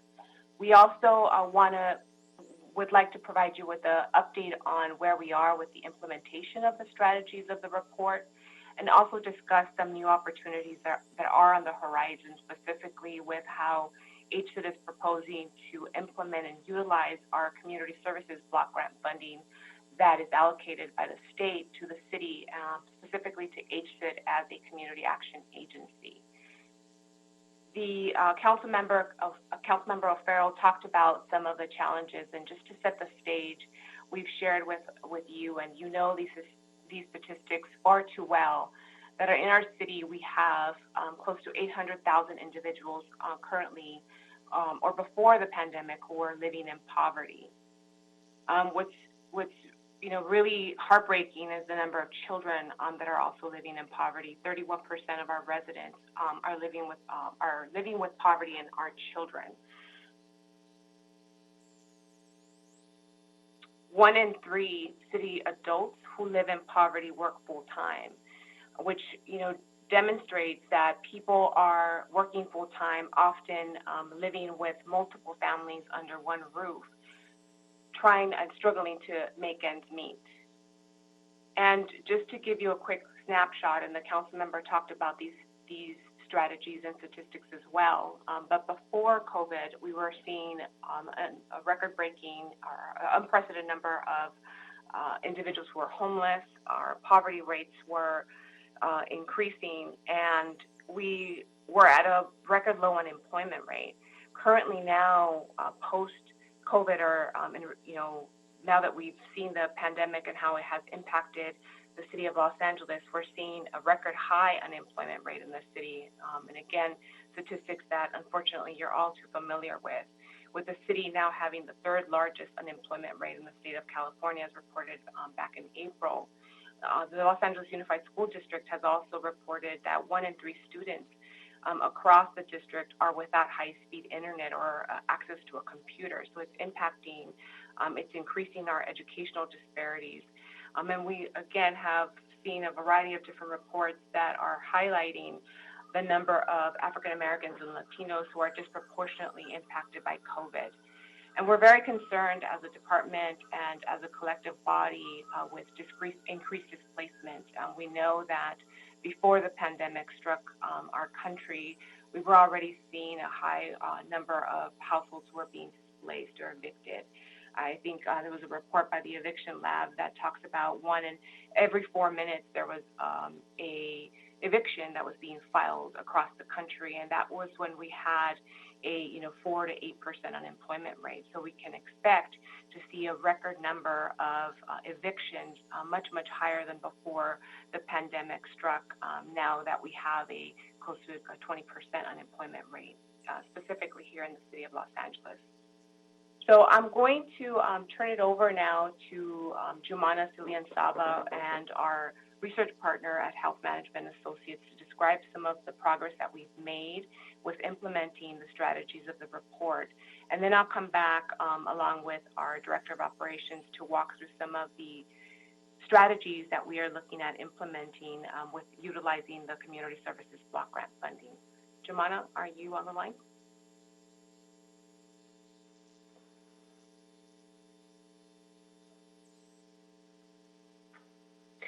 Hi, thank you, Abby, and thank you, Councilmember Muccio-Farrell, for your leadership on this.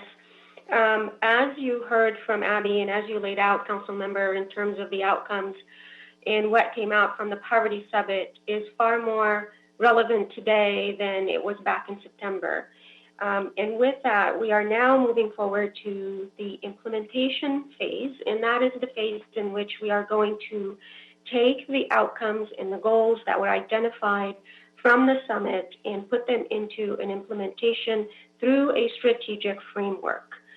The framework is going to very specifically look at how we're defining poverty, and we define poverty so that it fits the LA experience and speaks to the experience of Los Angeles in particular.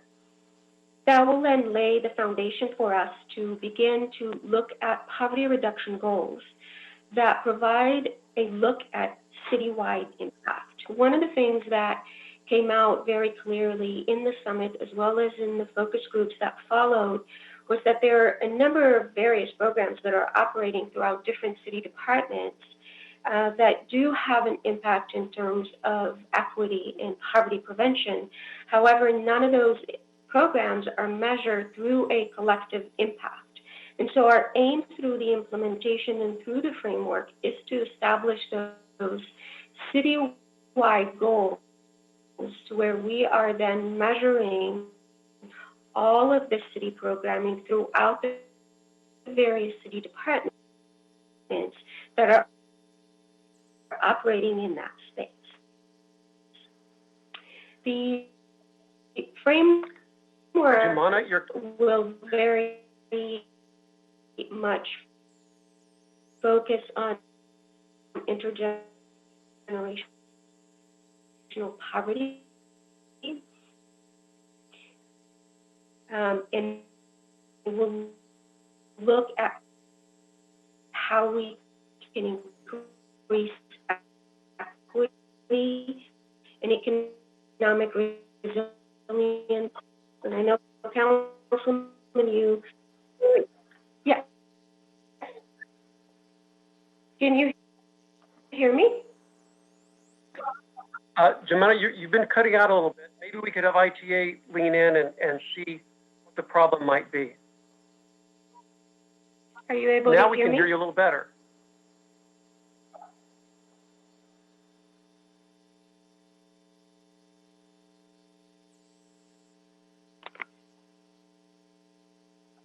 Councilman, can you hear I me? heard you ask the question, and then we don't hear anything after that. My microphone, so I'll adjust my microphone. Is this better? Okay. Can you hear me now? Yes. That's better. Okay, thank you.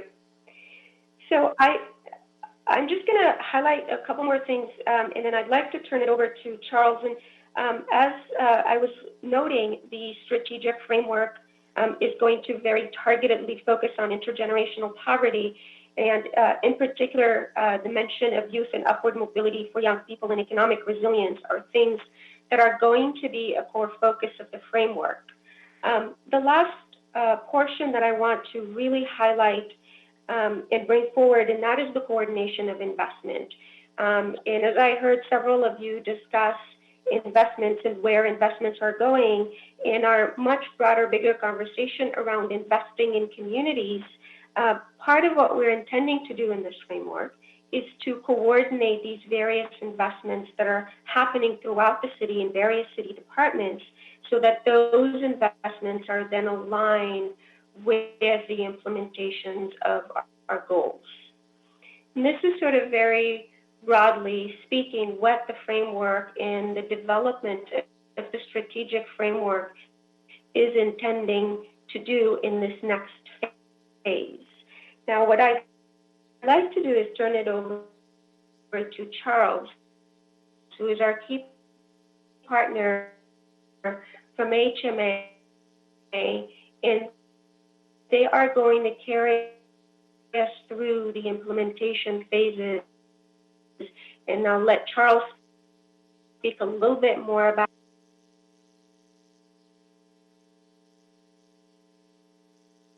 with HMA Community Strategies.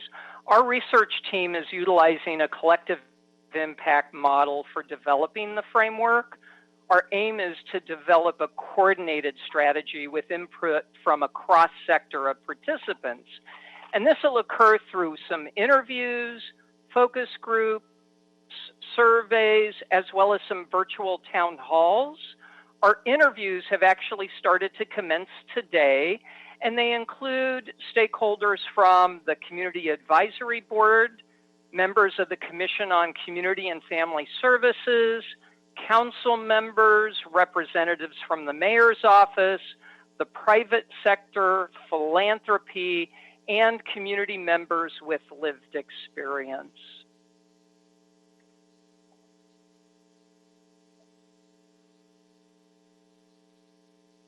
Thank you, Charles. You're welcome. So I mentioned, council members, that the City of Los Angeles serves as a community action agency, and specifically the Housing and Community Investment Department is designated as the city's community action agency. We manage the community services block grant funding, which is separate and different from the community development block grant, and we submit a plan to the state. The CSBG dollars primarily support our family source system and our domestic violence and human trafficking shelter system.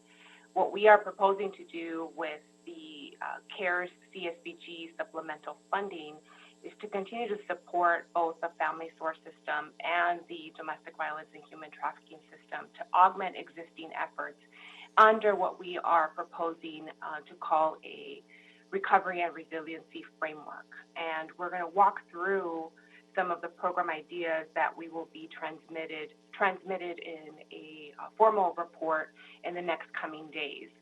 But what we have seen is that in addition to focusing on public health and responding to the challenges that households are having who are now unemployed or furloughed and have lost severe wages, is also to focus on the financial health of households. Particularly those households who are already living on the edge, who were on the brink of becoming homeless, who are living check to check before the pandemic hit. And so really building on one of the pillars of the family source system, which is to focus on increased family income. So looking at, programs that we'll describe in future slides around helping households take advantage of the extended tax filing deadline. And we're actually going to extend it until October 15th, which is for individuals who may not owe to the IRS are able to take advantage of tax credits that all 16 of our family source centers provide free tax services. And helping them address credit issues. We're also responding to a number of council motions that have been introduced in the recent weeks or months that are asking our department, specifically the family source system, to implement programs that support families dealing with credit issues. So to implement a credit counseling program to help households with financial counseling services. And those are the programs that we are proposing to implement specifically with the CSBG funding.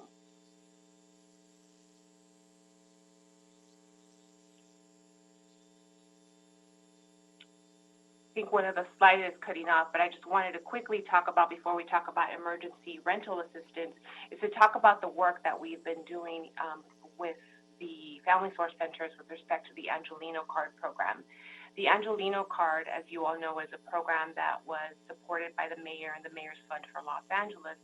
And we quickly activated all 16 of our family source centers to support households who were experiencing financial loss because of COVID. They were either laid off, and I think at one point 40% of our city was facing unemployment or had experienced a severe reduction of hours. We started the Angelino Card program in partnership with our family source centers 6 weeks ago now, and in the last 6 to 8 weeks, we have already reached 30,000 households that have benefited from the emergency cash assistance program and have dispersed over $32 million in emergency cash assistance.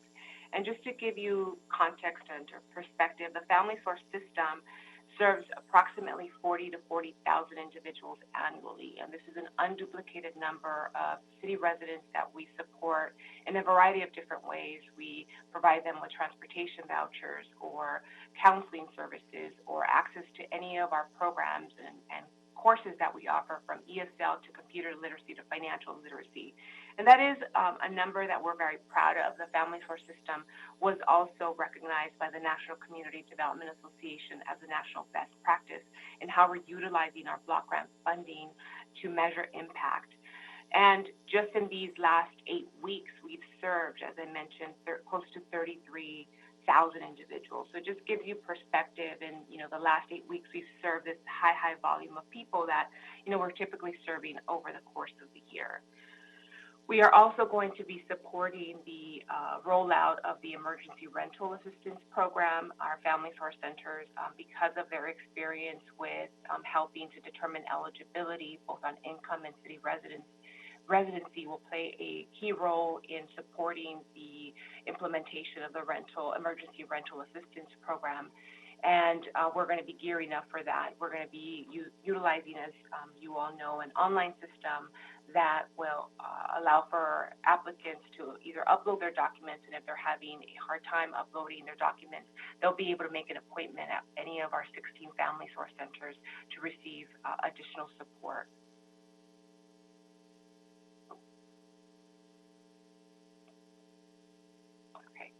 I'm going to now turn it over to our Director of Operations, Veronica McDonald. She's going to talk a little bit about, before I turn it over, she's going to talk about some of the specific programs that we're also proposing to implement with our CSBG funding. But the other piece that I talked about briefly was a partnership that we are working closely with the Mayor's Office of Economic Opportunity, to launch what we're calling LA Connected, which will be a marketing campaign to connect people to unemployment insurance benefits, to the economic impact payment, and to other benefits that are available, that have either been made available through the federal government, the state, or a local resource that will help families recover post-COVID. So, Veronica, I'll turn it over to you now.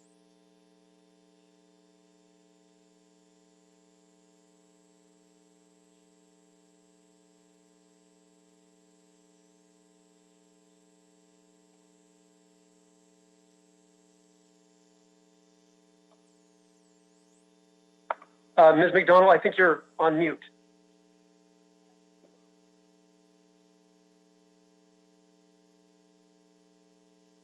I'm with the Housing and Community Investment Department, and I oversee the program operations. And I'm very happy to be here this afternoon to share a little bit about what we're doing to implement some of the programming that was identified in the Poverty Summit. And so as we begin shifting from responding to recovery, some of the basic programs that the Family Source Centers will focus on in the upcoming months are really some of the basic needs. So looking at housing, as Abby had mentioned, we have the emergency rental assistance subsidy program that will be helping families. And then not only that, but our Family Source system has already been helping families with their existing program funds in providing rental assistance and rental arrears and utility arrears, in addition to food and legal services. We also plan to integrate financial capability programming and then continuing our virtual learning for academic achievement and looking at tutoring and homework assistance and college prep activities. One of the things that we plan on doing for the CARES contract, Abby, if you can maybe go to the next slide.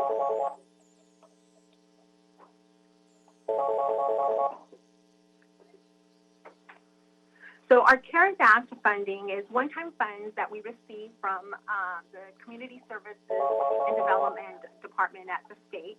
And so what we plan on doing with some of that initial funding that will support the implementation programs identified in the Poverty Report are really expanding our financial coaching. So we want to add a new CARES counselor at each of our Family Source Centers that will help families identify what are their current challenges and how can we coach them into saving and building their credit and reducing their debt. And then incorporated into that, what we want to do also is extend our tax preparation services. So helping families file for the Earned Income Tax Credit, which is one of the anti-poverty programs that we can really create a difference in, as well as making sure that families get access to their economic impact payments. So when we're filing with their taxes, making sure they get that money, and if they don't file their taxes, still making sure families have access to that by helping them with the Get My Income payment. So there's an online system where families that maybe didn't make enough money to file taxes but still are entitled to the economic impact payments can apply online through the IRS website. So our Family Source system will help with those efforts, as well as emergency assistance. So not only accessing public benefits like unemployment and emergency rental assistance, but really all the different types of tax aid. Through the Angelino card distribution, as Abby mentioned, we distributed over close to $32 million. And 46% of the families spent that money on food. And so we know that's also a huge piece that we want to connect families to, is making sure that they're having that access. So each of our Family Source Centers will connect families to food and nutrition programs or other food resources. Many of them operate food banks and pantries, and some of them will begin doing that for the first time this year. So all families will be able to access that through our 16 Family Source Centers, as well as expanding virtual learning opportunities. So how are we creating opportunities to civic engagement and tying that to youth development? And so really creating that space for teenagers and young adults to be mentored and to be able to have that access to adult opportunities and jobs and things that will help them professionally develop. So those are some of the things that we plan on doing that are in the Poverty Summit report as initial steps for the relief.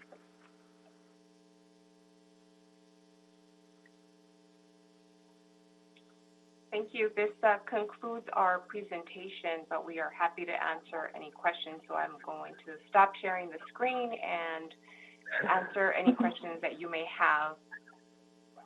Well, I want to thank all of you for putting these reports together.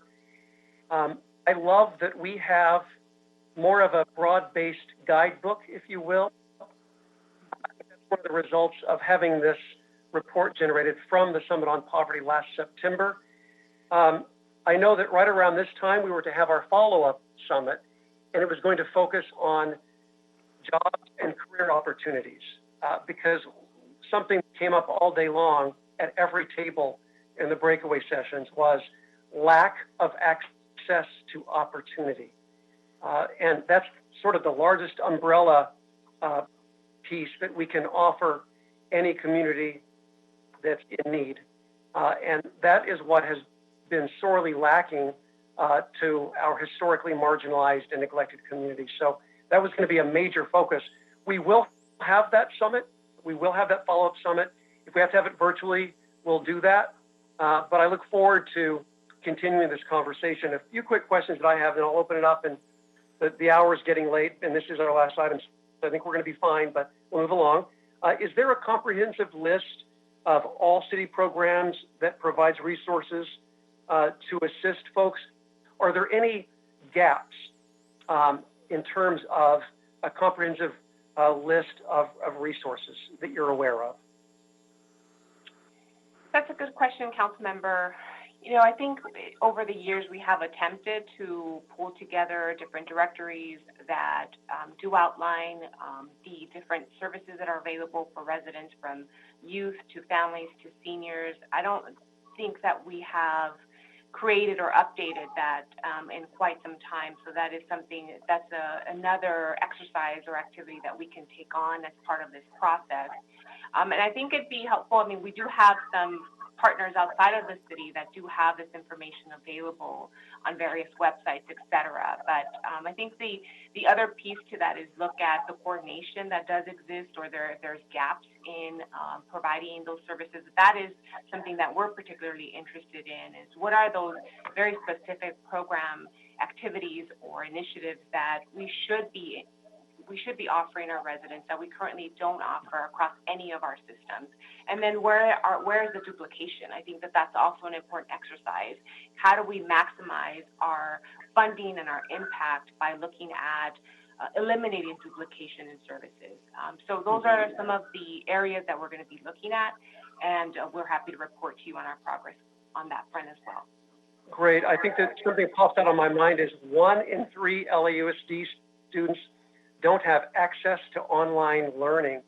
So that means that they were basically cheated out of 2.5 months of education through no fault of their own. So there might be providers out there that says, hey, here's access to donated computers, right, or things like that we can kind of get in on.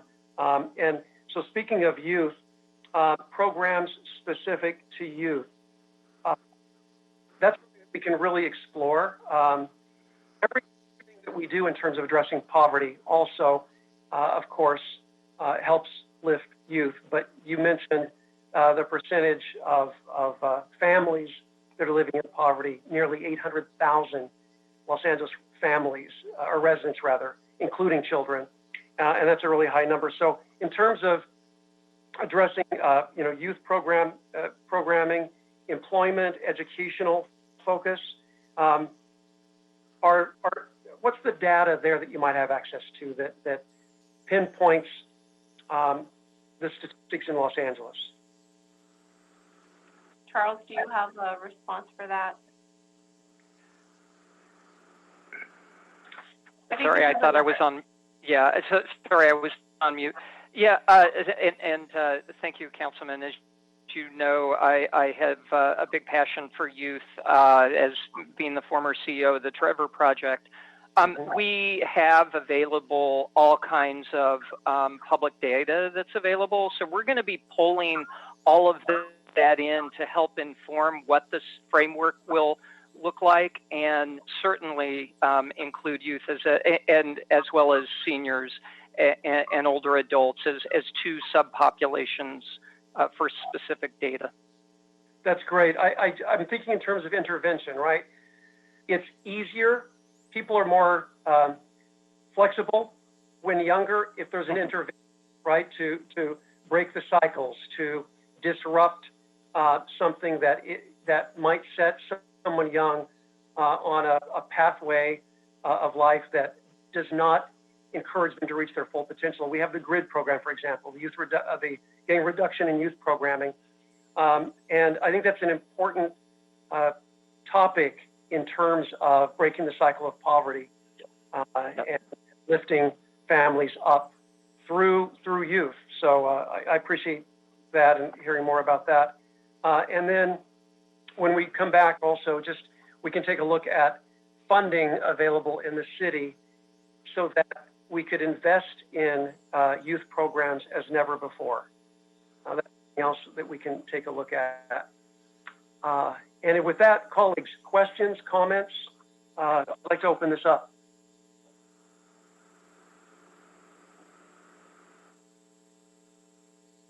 And at the moment, I can only see Mr. Bonin.